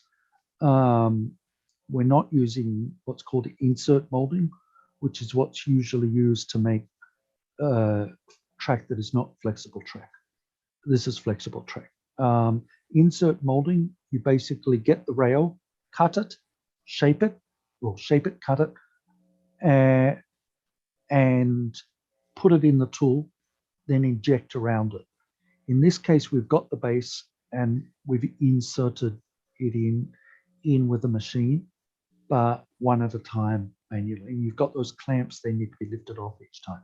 So it still takes a little bit of time with each one. We've said G scale, they wouldn't do that, but they've got a lot more space to play with. Now, okay, the important bit. What do I think is going to happen in the future? I would say it's a very brave person who predicts the future. So I would not be able to stress enough how much this is a guess. But there are a couple of things I feel reasonably certain of. We're going to have a continued uncoupling with China. Costs have risen a lot there. It's become near impossible for people who are not citizens of China or Taiwan to go there for the moment because of their visa restrictions, travel restrictions. Without that, you don't have good QC, factory inspections. It's easier to talk face to face, look at things on the spot. In one instance, I went to a factory where we were having trouble with a shade of blue. And we went through about 6 different versions in one day. And I finally said, yep, right, that's the one we want. Good. If I hadn't been there, I would have had to have had samples be sent back and forth. You cannot accurately check colors through a computer screen to a fine level. There's no substitute for being there. I don't want to be too political, but I doubt any of you are members of the Chinese Communist Party, so I can probably get away with saying this. I think the Chinese government is not so much shooting themselves in the foot as taking a bazooka to both of their feet and just going for a big time. I don't know what they're playing at. They've gone mad as far as I'm concerned. But the result of this, we're probably not going to see prices falling. We've seen a lot of prices rising. You've got inflation across many industries. Models are no different. I think some prices on American products were artificially low levels relative to current conditions for a long time. And some can be held that way because the tooling was old tooling. So that's been paid for. But new products, that won't be true. It's going up. Sorry, what else you can do is production moving out. I've seen at the lower end some things going to Vietnam. In our case, we came back to Taiwan. Maybe if someone's really brave, they can go to India. But my understanding is they have less of a cluster. It's a economic theory, famous business lecturer called Michael Porter. His writings on it will probably explain it better than I can here, but basically in very short terms, that you have a lot of component suppliers, skilled workers all in one area that work together and make the whole, rather than just competing, the whole production in that area becomes stronger. In Dongguan, we saw somewhat of a falling apart of that last year and this year, where they had a very strong production cluster and then companies started going bankrupt when their workers didn't come back or their orders disappeared or whatever.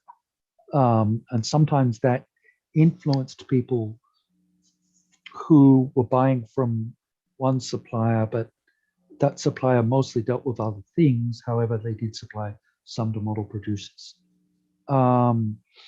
Another way to cope with this is what some of the Japanese manufacturers like Kato or that do, where they supply models that are less assembled and people put things on themselves. You get less shipping damage that way too, but the modeler has to do a bit more. I'm not sure how much that'll happen.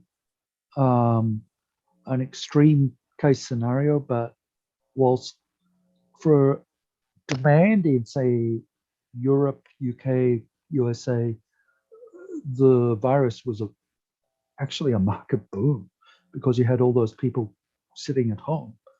I think you have simple demand and supply might ultimately affect things. We could get a contraction in the entire market size because costs have gone up. We've seen that, and maybe some of you guys can understand this better than me. Some of the American suppliers also stopped in the last year or two. We saw companies like Hart and Locomotive Works close altogether. We get very few components from the States, but one obvious one we do is KDs. We've had to wait longer than before. They can't keep up. My understanding of that is partly down to workers. That said, I'm not pessimistic about the hobby on a world scale. Our own production volumes have risen. We've seen places in Asia which, other than Japan, really didn't have model trains 20 years ago, have really grown a lot. Like the range we've got for Taiwan is massive compared with 20 years ago. That didn't happen without reason. For China, it didn't exist 25 years ago, and now quite a lot of models made.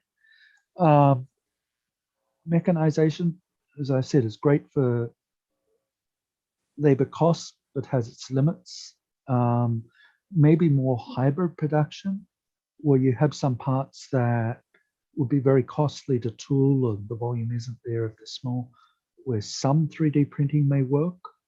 The computerized printing that I showed you before, taking over from some tempo printing, etc. We may also need to think about, have we gone too far with details?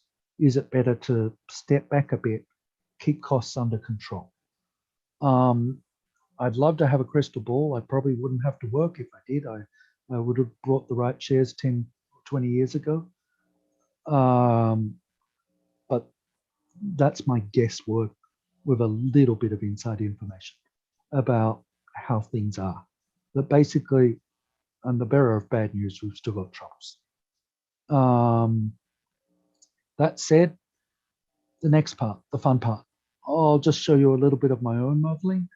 My own background is not actually from an engineering side, that I'm a modeler who has a lot of background in translation, that I can flip between English and Chinese without really thinking about it.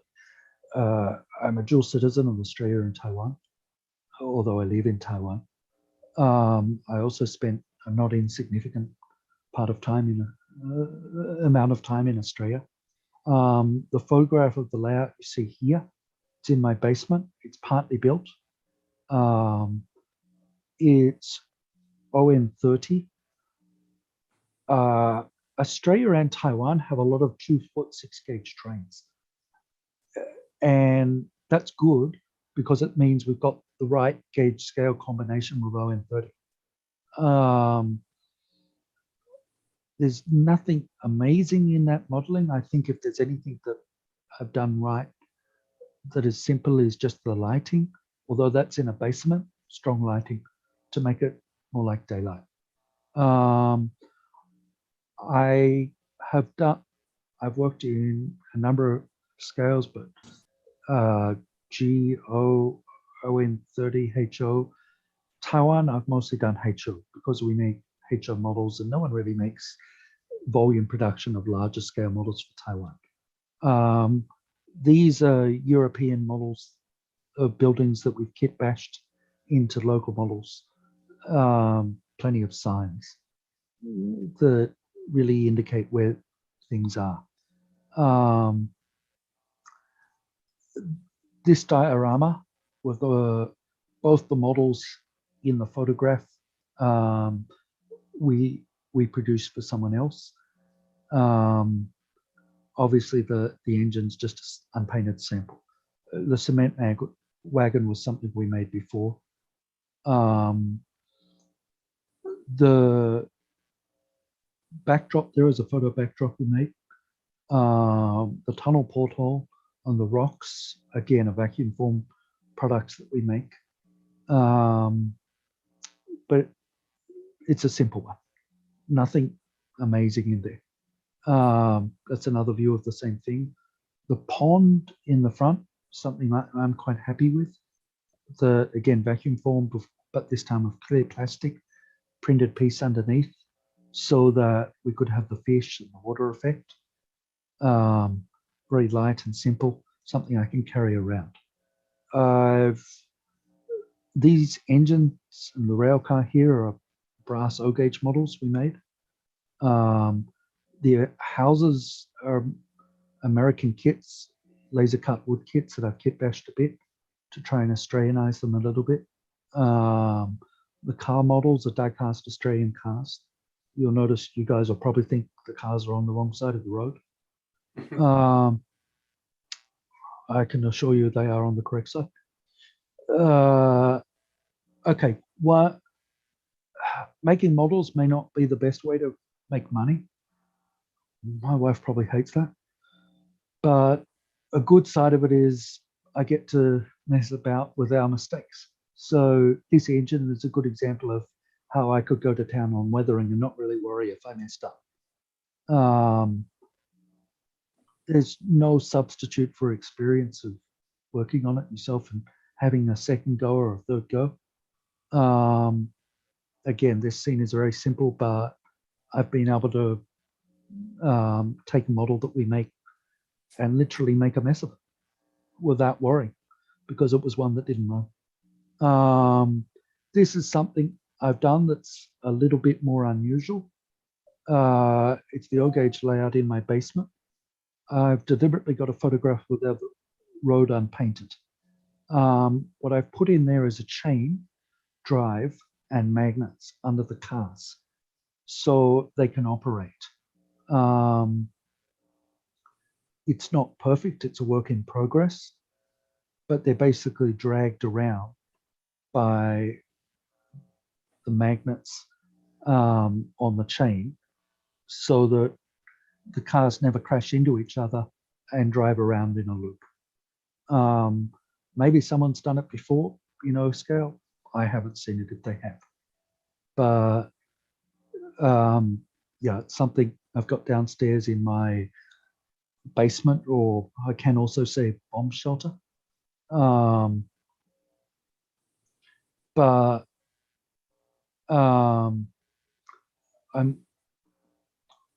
I realize there's a question there. I'll go to that later.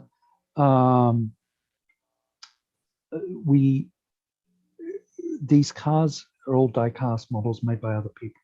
The layout, it's not huge. It's 380 by 270 centimeters. You can see the boards when they're being put in.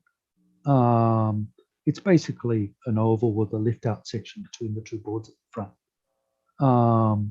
Again, on the right, I've got sorry, I'll skip through one more than I should have. Wagons that I've been able to weather. They're our own product.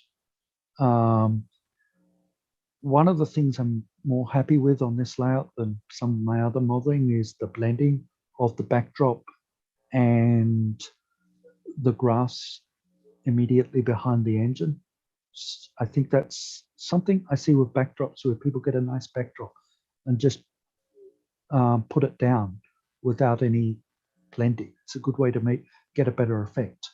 I also like to drop away the scenery a little bit just in front of the backdrop. Anyway, again, American kits that I've just deliberately messed up, literally. Kit bashed a little bit. Obviously, this layout is not finished. That track needs to be painted, ballasted. It's not even fixed in place in this photograph. Nothing amazing with the techniques used there. Like I said, it's about, I've got the non-metric measurements there for you, about 12'9" by 9 foot. This engine here is an engine we made. Someone's asked about the standards. Yeah, they're basically global standards. The coupler height is standard ON30HO, 148 or number 5 KD coupler. So it is actually an American engine. It's a model of a Baldwin engine that was exported to Australia. And I believe the UK had a very similar one. This one is done to 148. The wheel standards, again, are fairly much like NMRA. So it's fine to put with Bachmann or anything else ON30. But anyway, those engines, they were the main engines for the Victorian narrow gauge. This is another diorama I've made for models of Western Australia. Those are not weathered ore wagons.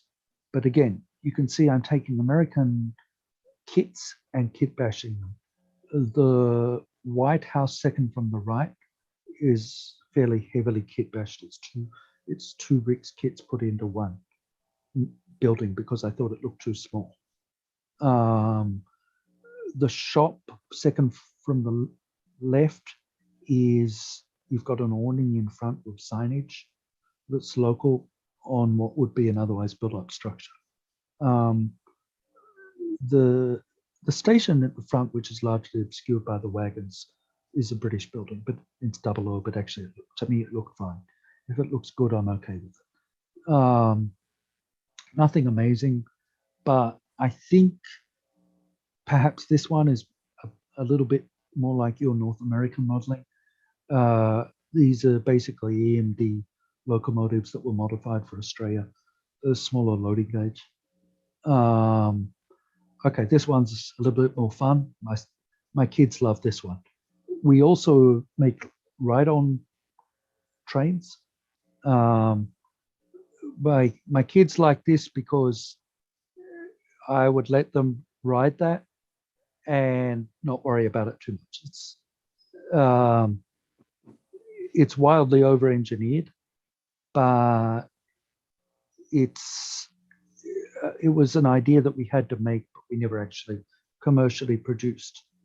I have done some commercial production of ride-on models, but really it's more like home models in that we're often making just one. So we get parts laser cut. This engine is not live steam. This engine is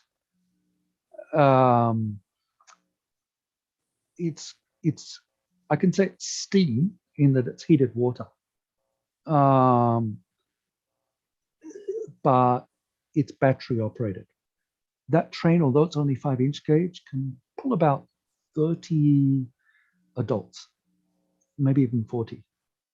It's pulling in this video, it's pulling 30 upper grade on wet track.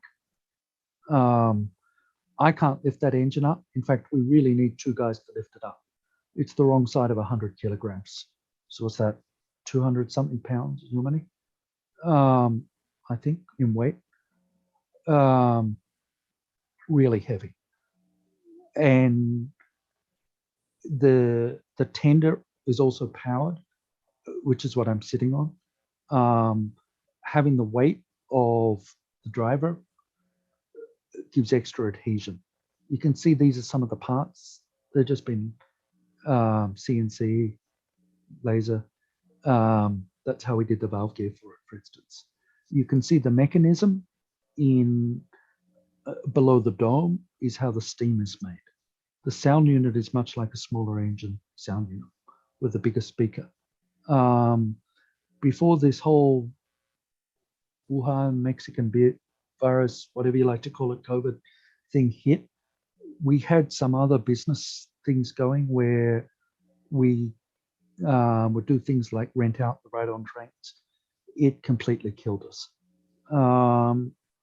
You can see the photo on the left of the Taiwanese Aboriginal guy. It's inside a department store. The one on the right was at a government event at a beach area in the south of Taiwan. It used to be good money, albeit hard work, just moving things about. We're lucky that Taiwan has had less than 1,000 deaths from the virus, so we had no lockdown. We just kept producing, but it still affected us even here in that, say, this type of business, what's filmed here, we're doing a run for a department store. It just got completely hit to zero. It went from being maybe once a month or 10 times a year, something like that on average, to 0 cases in 19 months. But we've got to keep moving. This, I like to just show a few sort of interesting other bits of where it's crossing the line between being the modeler and the job. This model is a 1/24 scale model of a wagon that we made for people who make real trains. It cost a fortune because they were very demanding. And when you make a one-off model to very precise standards, it's a lot of work. This one here, it's a restaurant where it's an all-you-can-eat deal. We're using American G-scale trains, and we set it up for the restaurant. Those guys don't know anything about trains. They tend to sort of come to us and say, "Oh, I want one of those good-looking engines." We'll sort of say, "Well, what do you mean?" And after 5 minutes talking, you figure out they mean a steam engine or a diesel or something like that.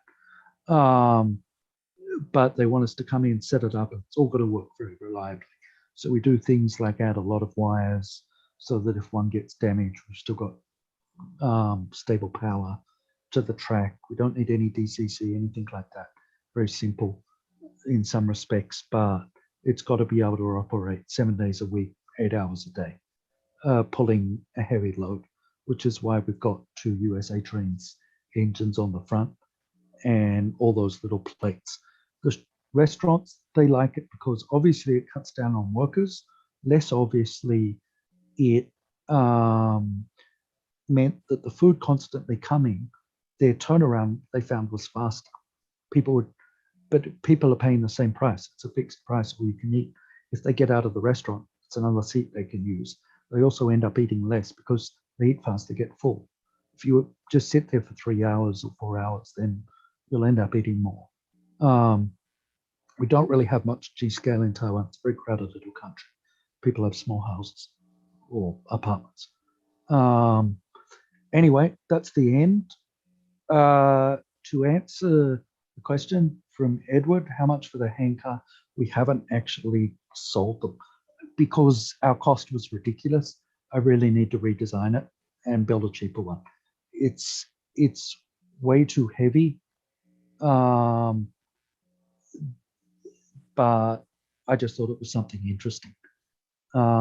If anyone else has got any other questions, go for it. Corrine, what do you see China doing in the next year, 18 months? Is it going to get worse over there as far as production is concerned? I think it's going to be much the same because China is going to stay largely closed. Now, it may feel worse in that people were basically running down inventory. So things are going to appear more out of stock than they were, or at least the same. Yes, production has somewhat restarted, but you still have problems with travel being exceedingly difficult. That is not going to be good for quality control. Like I said, their government is, how can I say it politely, interesting. I don't know what they're trying to do. They've drunk their own Kool-Aid. They've started to believe their own talk too much. So they're being fairly aggressive to other countries. What about where you are in Taiwan with all of the flybys and so forth that we hear about over here? I mean, life goes on. We are, for all effective purposes, a completely different country, completely different government. My personal 30-second take on it is they won't do anything very short term. They've got the Olympics next year, Winter Olympics. We, on the other hand, have relatively stable production. Once this finishes, I'm going to get in my car and drive to the other end of the country to visit a supplier of the etching plates. We haven't had any production stop, and bizarrely, because the virus has been so well handled here, it's created an economic boom because people are pushing production towards Taiwan.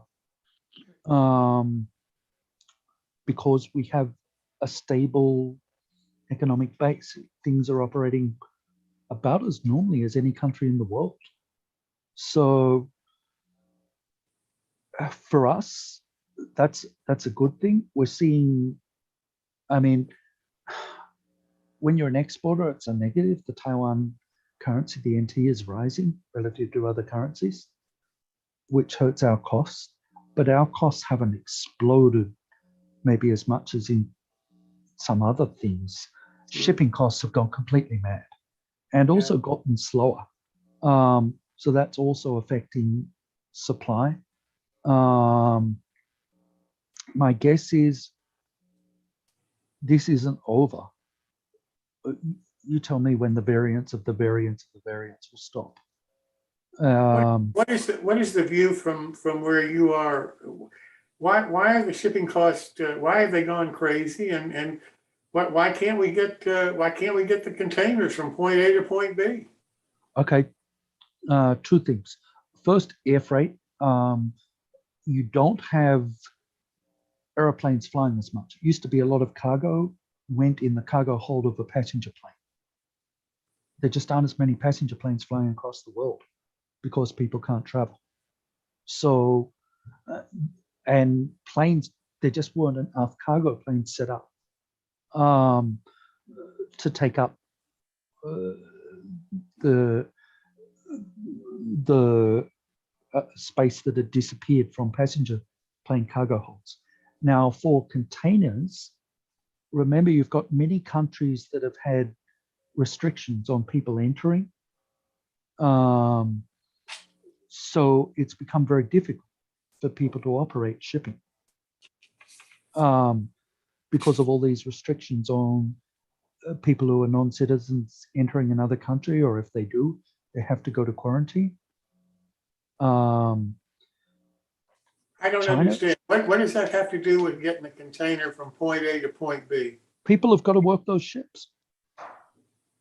So you're talking about the crews getting access. Yes. Or the container, or the boat's not even being allowed into ports in some cases. Gotcha. Because they're worried that the crews have the virus. So that affects it. Gotcha. Then all of that's affecting us.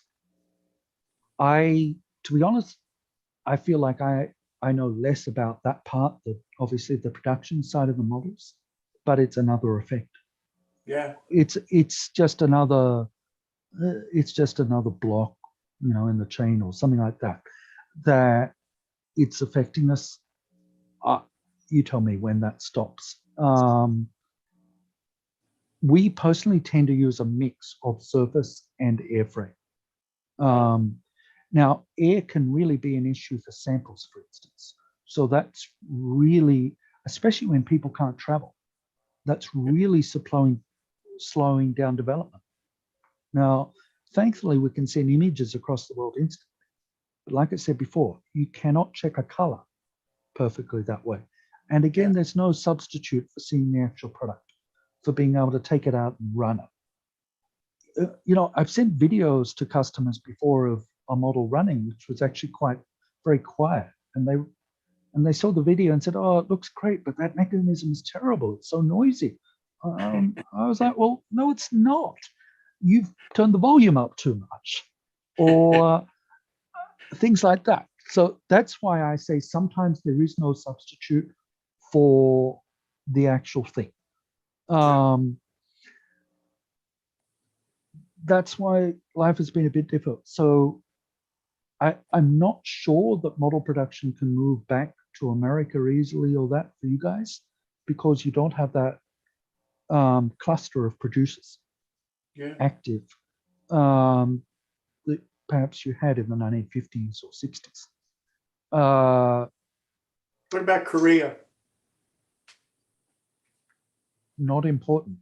The only thing they really make much is brass.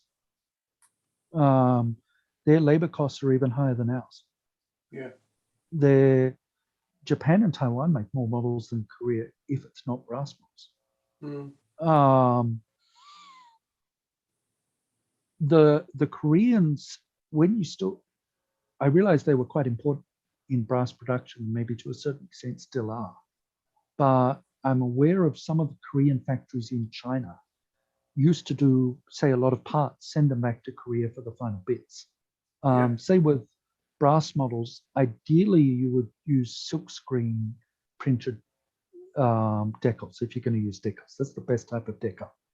You don't want one that's just been made on a computer printer of that. It's not as good.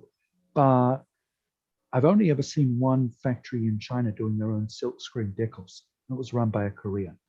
It was the factory that makes KM1's models for Germany. And there was a cluster of Koreans in Qingdao. As I'm not aware of the situation of all of them, but I know some of them. And some of them basically stopped operating because the Koreans couldn't go back and forth because of if they were not citizens of China, they were not allowed to enter China. I have the bizarre status of being allowed to enter China because I'm a citizen of Taiwan and they think that they own us. But I'm a white guy, so I'm one of the small percentage of Taiwanese citizens who's there's about 5% who are not of Chinese origin. So when I used to go to China fairly often. The customs guys usually at the border would just look at me, sort of sheer disbelief, and it's like, how did you have a Taiwan ID card? Because they'd heard the propaganda too much, thought that 100% of Taiwanese were ethnically Chinese. It's not true. Dutch came here in the 1700s and immigration and so on. But anyway, even I theoretically could go.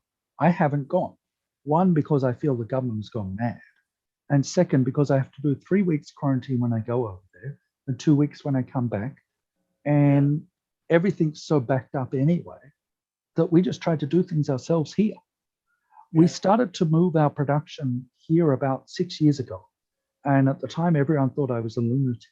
Maybe they were correct. Certainly, it seemed that way for a while. But for the last 2 years or so, it suddenly started to seem like a good move because we were able to continue producing. And people are accepting higher costs if you are reliable. Yeah. And right now, a lot of people, they might even be good people, but you cannot be reliable if you can't get your component parts. There's a famous economics essay, you can't make a pencil, because a pencil is a fairly simple product. Basically saying, the gist of it is you need suppliers. You can't do everything yourself. You need to be able to get paint. You need to be able to, say you're making a brass model, you need to be able to get the brass. You need to be able to get the materials to make lost wax castings or whatever other form of casting you're using. That is, how can I say, not what it was. So it's not necessarily always the fault of the supplier that cannot supply. They don't want to not be doing business. That is not an ideal situation for any supplier. They want to make money like everyone else. Yeah. They want to have a job. But the fact is, it's because of those travel restrictions, because of the other things. Someone's just said Vietnam is next. I personally have wondered about the Philippines. That's what I was going to ask you about that. But it would take someone with the experience to go there and spend a lot of time there. The Philippines, they speak English more. It's a low-wage country. It's a fairly poor country, and it doesn't seem to want to change. It was the second richest country in Asia at the end of World War II. Now it's poorer than Indonesia. They have a very high birth rate. They're Catholics. And whereas, say, countries like China, Japan, Korea, Taiwan, especially Japan, Korea, Taiwan, we have incredibly low birth rates. In Taiwan's case, and I think a little bit South Korea, immigration is taking up a little bit of the slack. But I think brass, though, is also being outdone by newer techniques. That plastic injection got better, and in real terms, it got cheaper than it was, whereas brass has remained labor intensive. Vietnam, I can remember 20-something years ago, people in Taiwan talking about Vietnam possibly as another location. Look, and that's still true. My brother-in-law went to Vietnam 2 days ago because they've got a factory there. It's nothing to do with models, but it's just a good example. And he put a photograph up on Facebook, and it looked like he'd hired a plane. It was ridiculous. He said there were less than 10 people on this huge plane. But that is okay, how things are still difficult. Yes, Vietnam, they've got it together a little bit more about economics. Their government seems a bit less crazy than China's one at the moment. But they don't have the level of experience. You have a bit more of a language barrier for teaching there. In China, the cluster developed next to Hong Kong in Dongguan because you had experienced people from Hong Kong going across the border easily, and they had a shared language of Cantonese. Which is why it really started in Guangdong province next to Hong Kong. Or at least that's my take on it. And later, people did try and do production elsewhere, and that's happened a bit in China, within China. I mean, production within China. But even though you've got a few clusters around Changzhou, Shanghai, etc., we've never really seen a cluster of anything like what we saw in Dongguan elsewhere. In fact, at one point, I think that one city that lots of people have never heard of was accounting for more than half the world's production of models. Companies like Cater Bachmann or Sandakan, sometimes called Sandakan, that used to do a lot of production for other companies. At one point, it was the biggest model train producer in the world, were all in Shenzhen Dongguan. So yeah, bottom line, I think things will continue to come out, not as quickly. We maybe need to think a little bit more laterally about producing either simpler to assemble models to keep costs under control. That's something I want to do for some things that I want to release next year, to make it deliberately easy to make. I don't want to price ourselves out of the market on everything. That said, I realize some people want certain products that are difficult to make inherently. Right now, I'm making an OM30 coach for, well, developing, I should say, an OM30 coach for Australia. That is a fairly complex model. And we have a small but very defined market for that. And those guys will pay the money if we make a big model, so a good model, because they want that detail, and Australia's a rich country, they'll pay for it. But I think if we can produce some simple, reliable, accessible models that people can then add bits to themselves if they want at a good price, that's a way to go.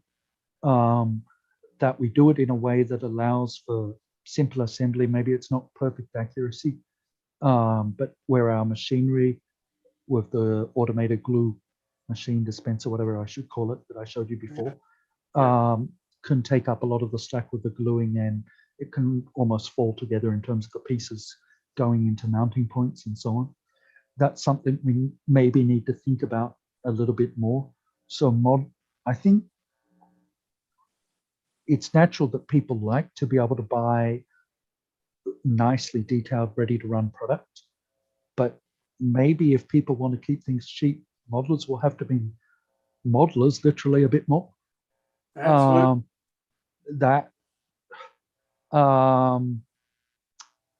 And that may not be bad.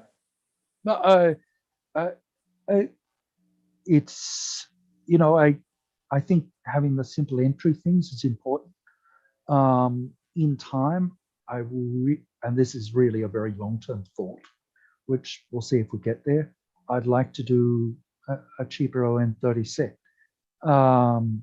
because I look at the prices of some of the other things and feel that it's pricing potential new modelers out of entering the hobby, because they look at it and say $300 and something for a set. Ooh, they won't go there on the first purchase. It doesn't mean that we won't continue to produce detailed, specific models for demanding markets, but that, how can I do this politely? A certain large American dominant brand, beginning with B, their prices have gone up so much on some things, and where they haven't, it was just old stock. That I feel it's running a company by an accountant. It's not looking at the price elasticity enough. The costs have risen too much. Yes, they're making a lot of sets, but wow, they're really expensive compared with what they were. Now, someone said, bring back the Athern Blue Box. Why? I think it sounds great in theory. I'm not entirely sure on 2 points. One is, in some cases, for some parts where it used to be more difficult for them to glue, our machines can take up the slack. There are certain bits that we can assemble far more efficiently than modelers. If we have jigs and that that allow for easy assembly, you can't necessarily do that at home. You can't make a jig for just one piece, or buy the arbor press or something. Like, an example, wheels. Yes, we could make a kit, but we would make the wheels and axles assembled together, because you cannot put that together easily at home. If you did actually manage to push the wheel onto the axle, you would almost certainly not have it in with the degree of alignment that we can get from the jig and the automated arbor press. So there's a reason why we need. Now, once upon a time, people might have used a plastic wheel. We've moved on, metal wheels are better. But it's being able to do it with those automated parts, then assembly, a semi-automated assembly, that we've been able to do that at a reasonable cost in the world. So I don't think there's a single answer. We did try offering some of the wagons, like say the yellow all wagon as a kit, and we found that the take up was remarkably low. It was less than 10% of our sales of the assembled ones. Karen, can I ask a question on that same vein? Someone asked the question about undecorated kits, and I was thinking about what's the ratio in your experience when you have an undecorated model versus the decorated models, and what the demand less than is. 10%. Yeah, that was it's like manual transmissions in cars now. It's the same thing. Nobody wants to buy, people like to buy things they can take out of the box and put on the track and run. The vast majority of people, it seems like. Yeah, okay, the Athern guy, I can understand why he does that. We've offered it on some product because where we think the assembly can be simple or decoration simple, because we can. But my take up has been less than 10% of our sales. So it's still, it's still a small part. It doesn't seem to be the be all end all solution. Maybe making a simpler product with some bits that are perhaps easy to fit bits, because I think some decoration is difficult. I would class myself as I would hope at least a medium level modeler, and there are some kits that I can find quite difficult to finish off perfectly with decoration that's complex. So that if you've got complex lining or something like that, it's very time consuming. So the point being, there isn't a simple one answer fits all case scenario solution. The question, okay, for Kieran, are you looking at doing something similar to Fleisch and Magic Train? No, I would not do what Fleisch and Magic Train did, because they do those bizarre bright colors and that. I would rather do, yes, we would do a more basic version, but we will try and keep the colors more realistic.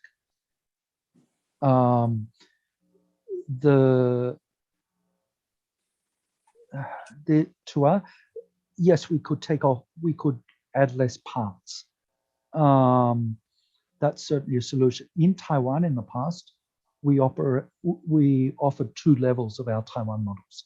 One being the train set version, which had dumbed down parts. For instance, no DCC plug, no flywheel, a light, only one light per engine at the front. Bachmann couplers, not KD couplers, but Bachmann ones were still cheaper. Less printing, etc., etc. And the price was about half. We actually made less markup on the, but we considered the molds really amateurized from the detailed ones and looked at it as a way to try and bring people in. And that did work to a certain extent. By our warranty card's estimation, about 10% of people who brought a train set then subsequently brought other items. It's not a perfect way to measure it, but it's the best we have. And my guess, just from meeting customers twice, and that was about 10% of people who buy a train set then become more interested in the hobby longer beyond that train set. Seems to be reasonable, but I think we've got to go back to being able to have those available and visible. I realize that I often get asked, like, modelers, why aren't there these cheap train sets in toy shops and that? I look at my own kids, and I have kids who are like, one's kindergarten, one's elementary school age. And I realize they do still like physical things. My son loves Lego. They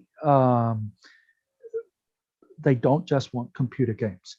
But that said, there's more competition out there for their attention than there once was. There were no computer games for a lot of you guys when you were kids. There were no telephones that had a computer in them. There wasn't an instant video streaming package in a pocket. So we still have to keep working to get their attention. But I think people like physical things, not just virtual ones. Still, like I see that he wants to play with my trains. That I find reassuring. That hand car that I showed him on earlier, both he and my daughter love it. It's real, they can touch it. That sort of thing I think is important. That's our way forward, or at least that's my personal take on it. Well, obviously everyone's got their own ideas, and like I said, there's no one simple answer. I don't think the world's ending, but at the same time, we're not going to have an easy time. Kareem, I can't thank you enough for taking the time to be with us this evening and to share your ideas and your knowledge. It's really been fascinating, and you're welcome back anytime. I'll get back in touch with you here. Okay, I better get going, but I hope you guys all have a good night, or if anyone else is listening at my time zone, good morning. Because for me, our times are basically inverted. But yeah, I hope I didn't bore everyone too much. And anyway, have a good one. Thank you. Thank you so much. I really do appreciate you being here and sharing with us. Bye for now. Bye-bye.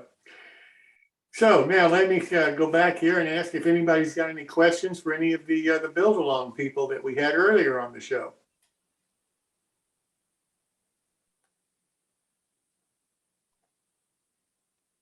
Well, if not, I thank you so very much for being here tonight. I hope you come back and visit with us again. And really do appreciate everybody's participation. And I'll turn it over now to Clark Kooning, who is in charge of our after show. So Clark, the party is yours. Please hold. Please hold. We have to mute some stuff. All right.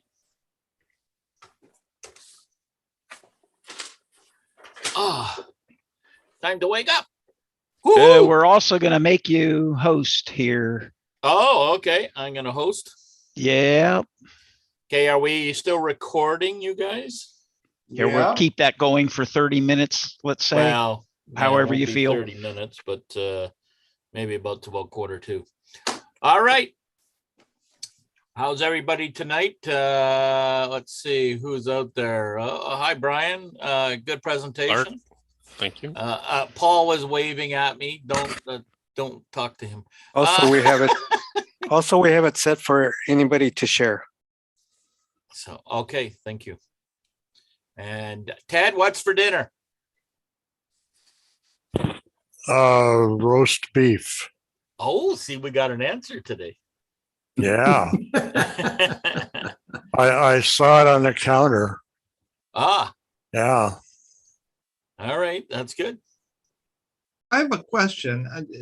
Has Go ahead, anybody caller. found it on you? Long time listener, first time. I find it a little disheartening, but even more unusual that almost all of the hobby is moving towards ready to run cars.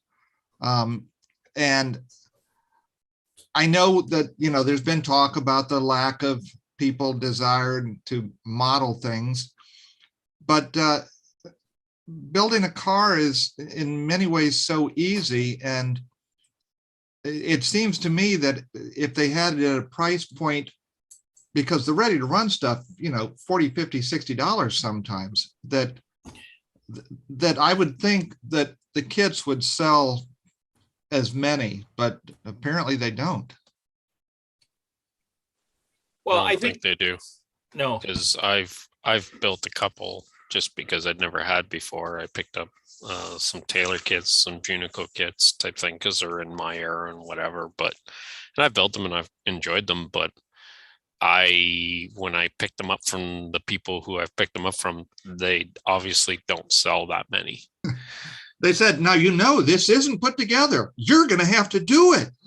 Yeah. Well, I think one guy said something like that, but it's an enjoyable prospect I've found, but it is something that I don't see that a lot of people do it, or they're too afraid to do it. Now, some of the ones with some of the detailing and that, it's like, yeah, it's not into my kind of realm or where I want to be doing it necessarily, but to learn it is always a good thing. That's why I did it, is I wanted to kind of learn and broaden the perspective of the hobby for myself. So I think it's the generation of instant gratification grown into the hobby, and they want that instant gratification. They'd rather spend the money than spend the time. I don't know if I agree with that always, though, because it depends on what your interest is, because my interest is model building. So I've never bought a structure assembled. Now, yes, I buy cars and locomotives. Now, locomotive is not something that I think I would ever try, but I buy the cars because there's not readily available a lot of choices for what I want to model. And I think to completely scratch build one of those, that's getting a little beyond me right now, but doesn't mean that down the road it wouldn't be something I would not attempt type thing. But like there's so many aspects, like for people coming into the hobby, there's so many aspects of what you want to do or get exposed to that you kind of pick and choose. Well, I almost wonder if it's kind of not market driven, but manufacturer driven. I still have a lot of unbuilt kits in my basement, and probably all of us do. And if everybody buying cars nowadays were new modelers, then I could see maybe more of them. They haven't developed the skills, don't have all the tools and infrastructure to build the kits, so it's easy to buy it. But at least in our club, the old guys, all of us, are buying just as many kits or just as many cars as new modelers. And many of us, if I could find the car I'm looking for as an unbuilt kit, I'd buy it like that. It's just I can't find what I want because nobody makes it unbuilt anymore. So you end up having to buy a built one if that's what you want. I think that's also manufacturer driven. Yeah. Because it's probably easier for them to put it all together, charge a little more, and bingo.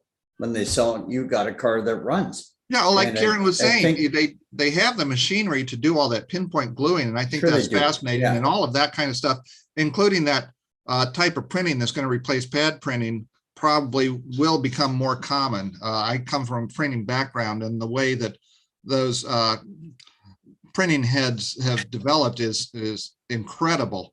But I feel maybe there's not enough cry for unbuilt kits.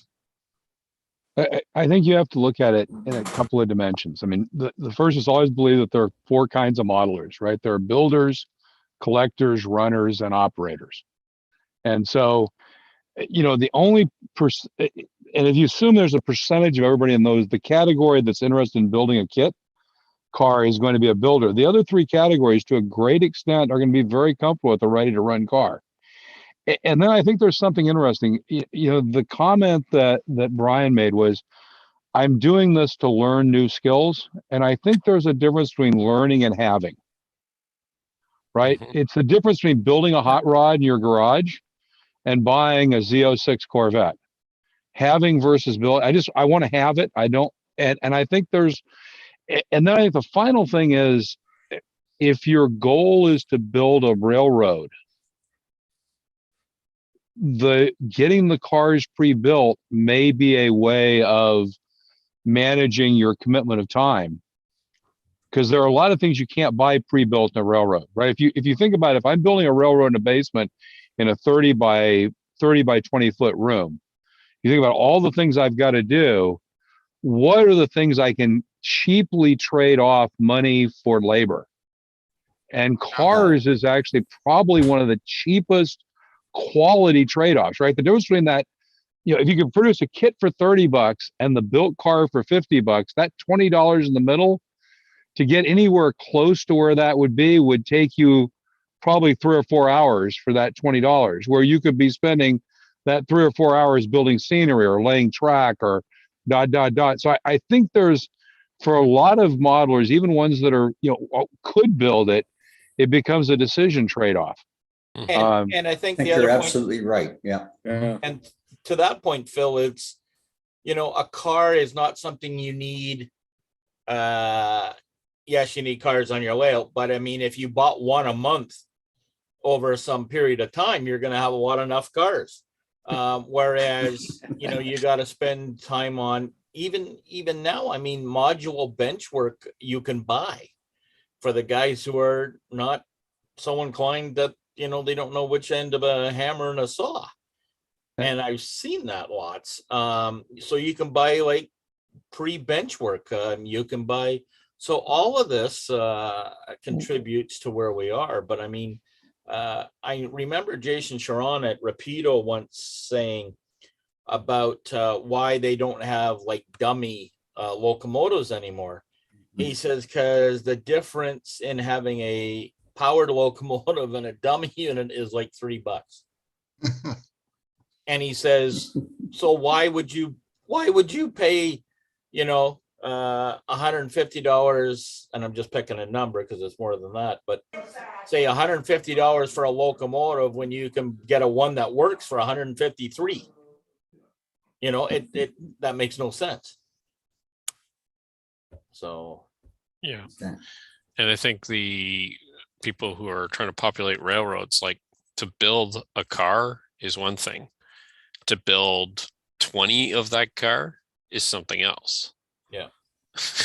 So it goes back to that economy choice type thing of time and everything. My time is valuable now because I don't have a lot of it. And I think that's probably true for most people. So yeah, I try different things to expose myself, to develop skills so that I can do other things. But like, for me to sit there and go, yeah, I want to build 20 cars. No, I don't want to do that, but I do want to build some cars just so that I have those abilities and what I might be able to do with those skill set. Structures and scenery, that's my number one thing. But quite truthfully, as I delve more back into the hobby and so forth, like, operations is a big thing. Learning the electrical is a big thing. The computer aspect of a lot of how it's infiltrating the hobby is a big thing, but I don't have time to spend on every one of those things. So, you know, like, yeah, I need 10 cars. I might build one, but I might buy 9.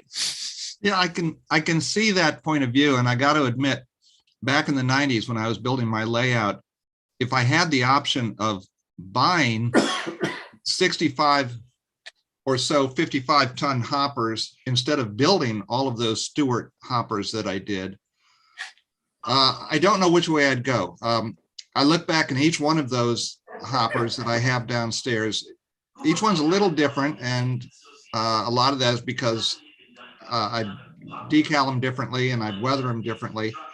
And I don't think I'd have the same attachment if I had just bought 65 pre-made hoppers, but I probably would have gotten a lot more done on other stuff if I hadn't built all those hoppers. I don't know.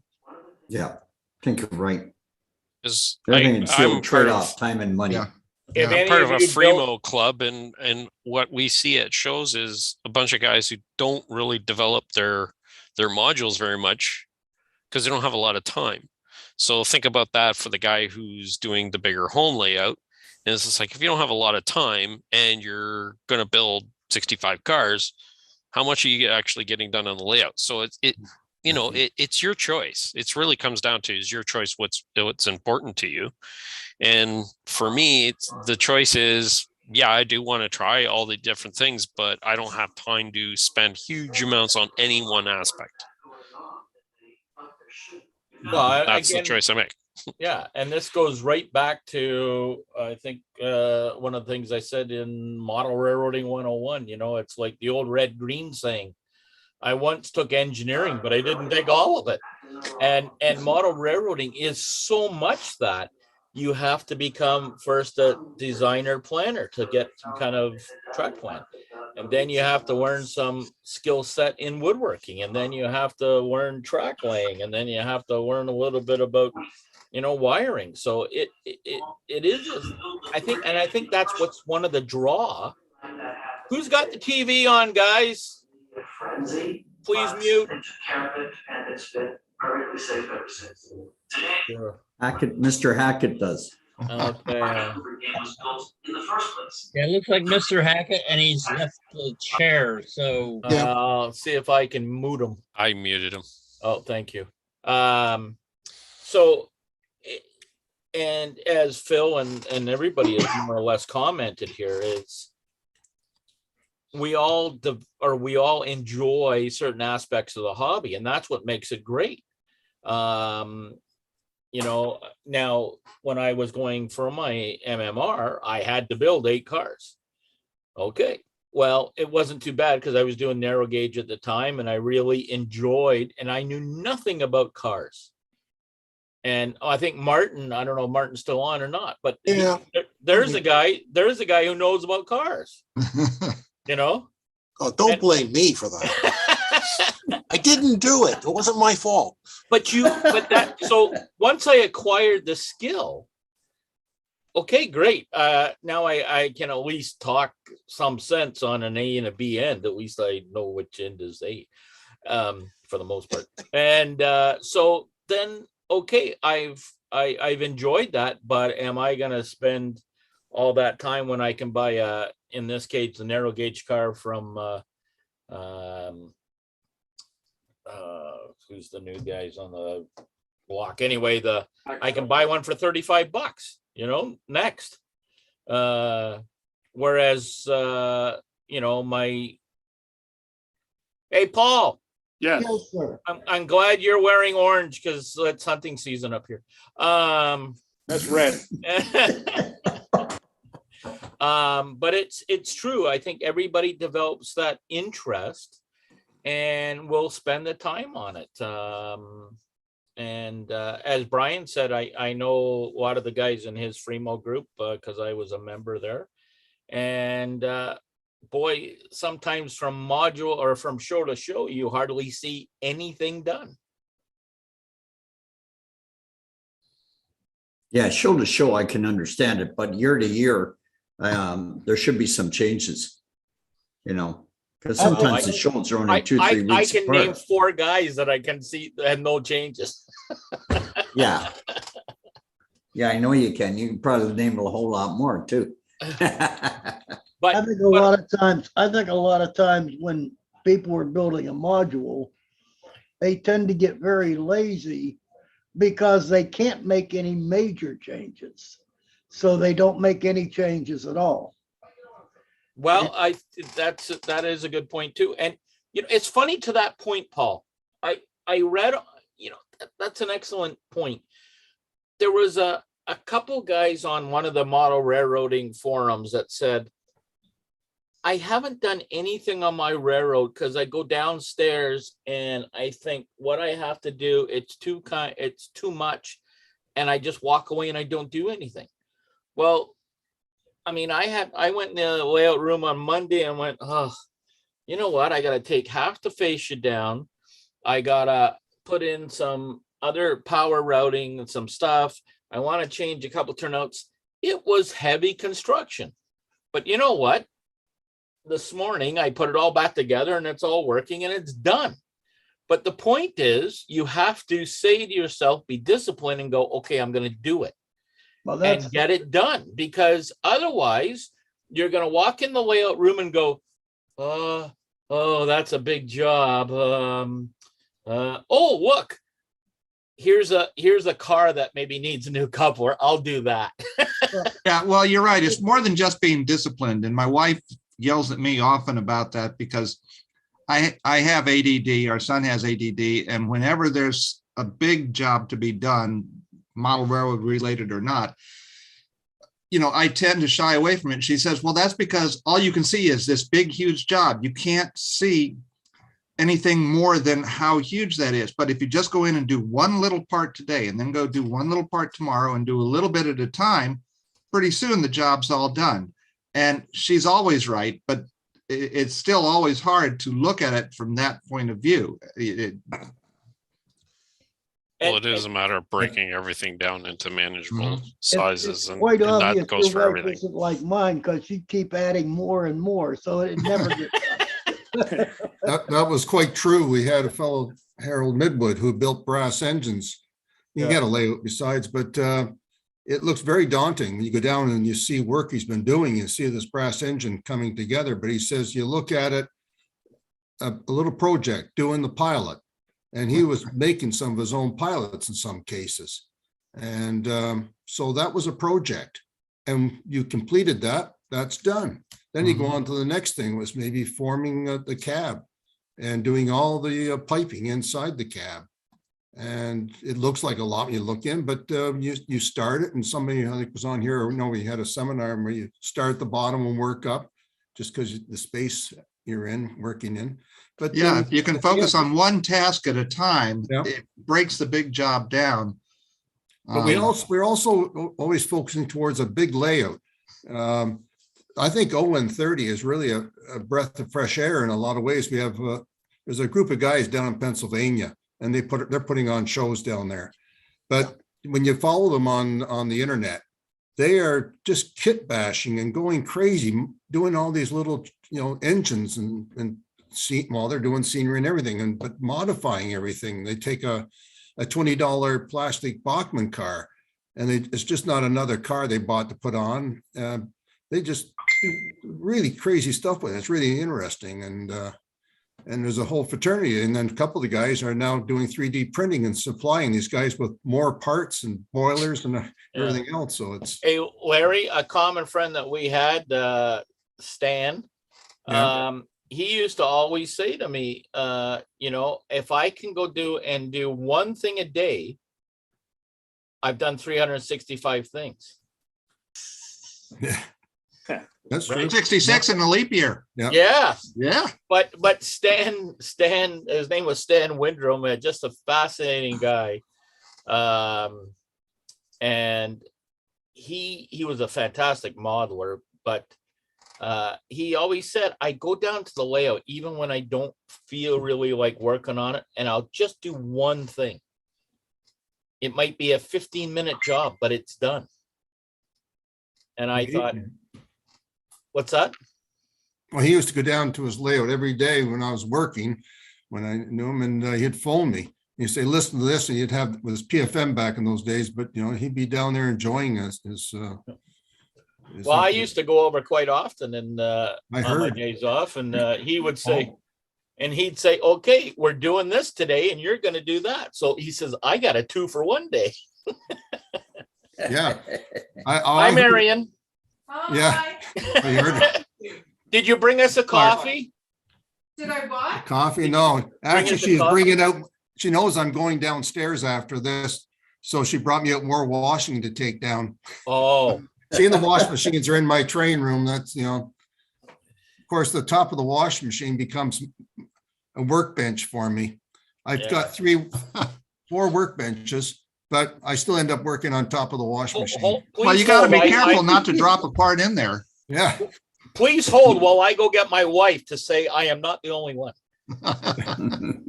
as she says to me, if there's a flat surface on it down here in the basement, there's going to be train crap on it. Yeah. I was going to move down there tonight and work while watching the program, but I couldn't find a flat spot to put the computer. So I'm still up here in the dining room, but maybe by next week I'll have improved. And I want to build something for the weekend for a show and tell or meet. Chop the caboose all apart. Well, I get in trouble because I start finding that the flat areas that are left are the pathways. And when I start blocking those, then she yells at me again. I've done that, and that's why I can't get around. And I can't find things. I pulled everything out. Mr. Thomson, are you like a deer in a headlight up there or what? Yeah. That's quite a headlight he's got.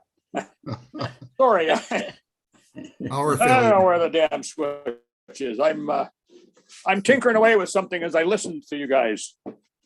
Of course you are. So, yeah. What can I say? All right. Who else have we? I'm doing my 15-minute repair. Okay. Yeah, well, there you go. There's a guy that's going to have 33. What did you say? 365 things done. Yeah. Mr. Rivard, what are you up to? Okay, thanks for coming out. Oh, have you sprayed all that paint yet? No, I have not. I see that you're going to be doing some presentations for Division 12. I am. Yeah. Yeah. It shows that I actually read things. like the MCR business meeting, Yeah. They those guys are a good group of guys, Division 12. I've known some of those guys a long time, like Mr. Bradley, I've known a long time. So, but yeah. Where is the Division 12? That would be like the Ohio area. That's part of Erie, PA, right? Erie, well, yeah, Erie, and even parts of Cleveland, and I'd have to look at the map again. So Clark, that would be like going to Florida for you. I'm just doing it by Zoom. I'm not going anywhere. Oh, okay. Oh, okay. Well, I'm just doing it by Zoom. Actually, we did the same project in the Western New York division, and I think there was about 15 or 20 guys who built that model there. So yeah, it should be fun. And who else? Oh, look, Al is on. Al, how are you feeling? Good. Oh, that's good. Okay, thanks for coming out. How about you? Better now. Still waiting. I'm still waiting to get ablated. Okay. I'm on a waiting. You're on a little bit of a list, are you? Yeah. Okay. All right. Let's Hey, see. Clark? Yes. I want to ask you a question. Go ahead, caller. What happened to all those rubber rock molds you got quite a while back? I still have them. Uh-huh. And I know somebody who wants them. Oh, who would that be? Gee, I'll never tell. Oh, okay. You know who it is. Named Gary. Ah. He told me to ask you. Huh? He told me to ask you. Okay. Well, actually, I'm actually starting on another rockwork project on my layout. So he's not going to get them for a while. Oh, I'll tell him that too. Yeah. Yeah. But, What happened yeah. to your clubhouse? Oh, well, that was almost 2.5 years ago now.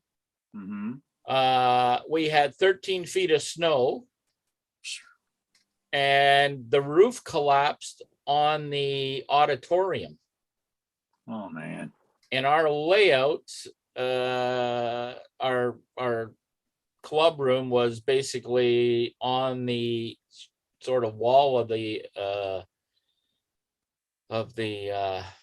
auditorium, and so they condemned the whole building, and that was in February. We got in there in April, and we removed we could remove everything. We had to go in, only 2 guys were allowed in. We had to have the fire department with us for 4 hours, etc. And we removed everything and got everything out, and the club has just been basically meeting. Well, we really just started up. We don't meet during the summer, obviously, because we're fishing. Well, some of us are fishing. But in the winter, we've already had 3 meetings, with COVID protocols. So You gonna rebuild, Clark? What's that?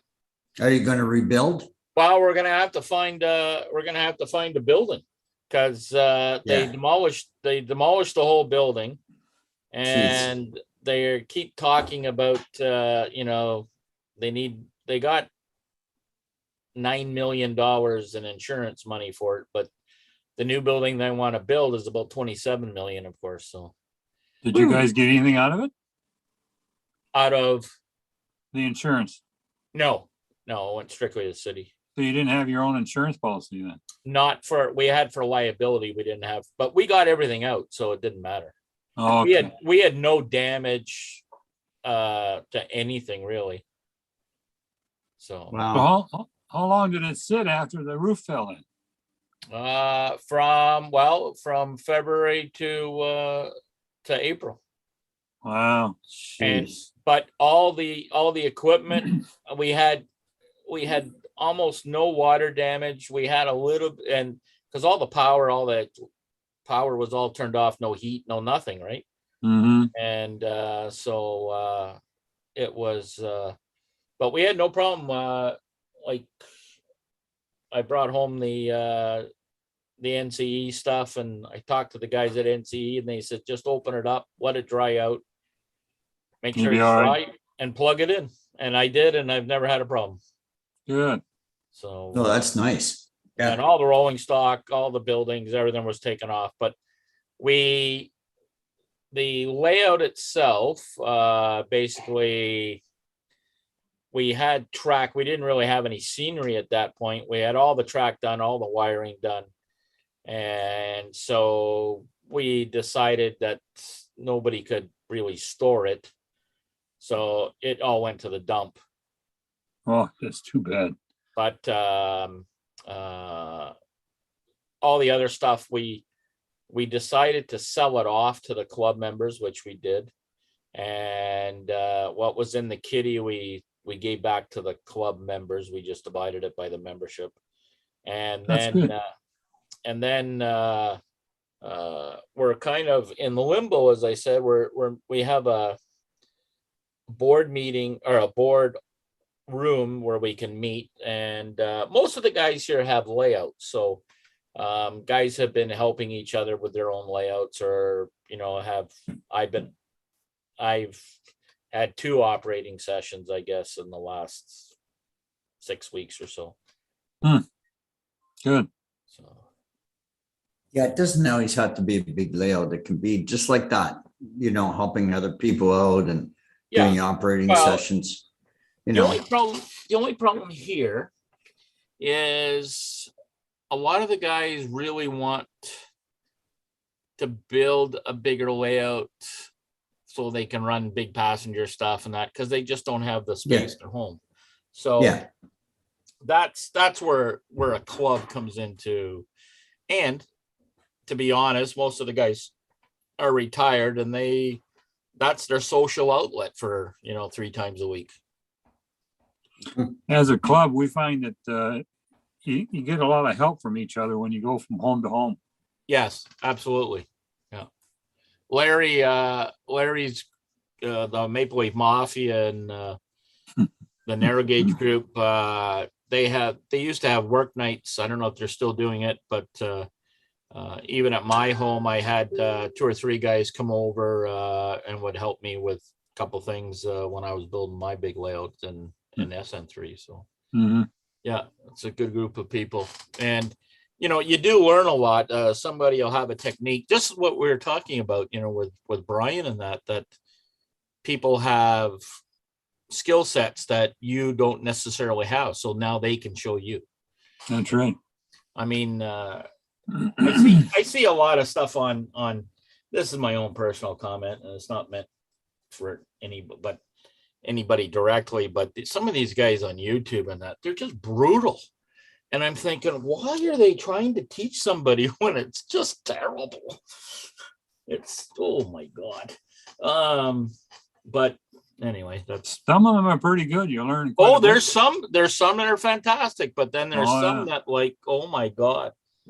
I saw one guy, he said he uses one of those little propane torches for melting styrofoam so it can shape it into, and I'm like, what? Why would you tell anybody to do that? You're asking yourself for a lawsuit. Oh man. Like I could not believe that he put that out there. Well, some people don't think. I guess that's good if you want to imitate an accident. Yeah. where the cards are all bent up. Your insurance do it outside, eh? As you watch your mountain go.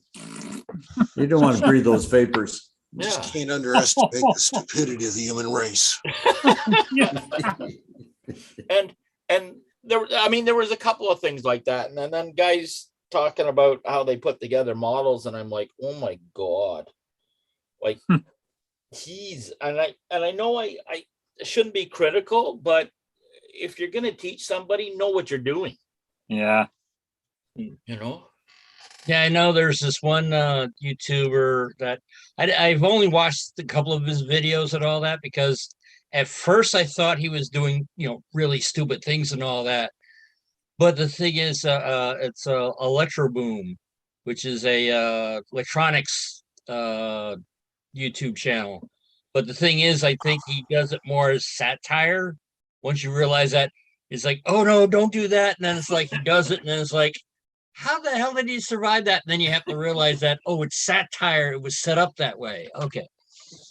So.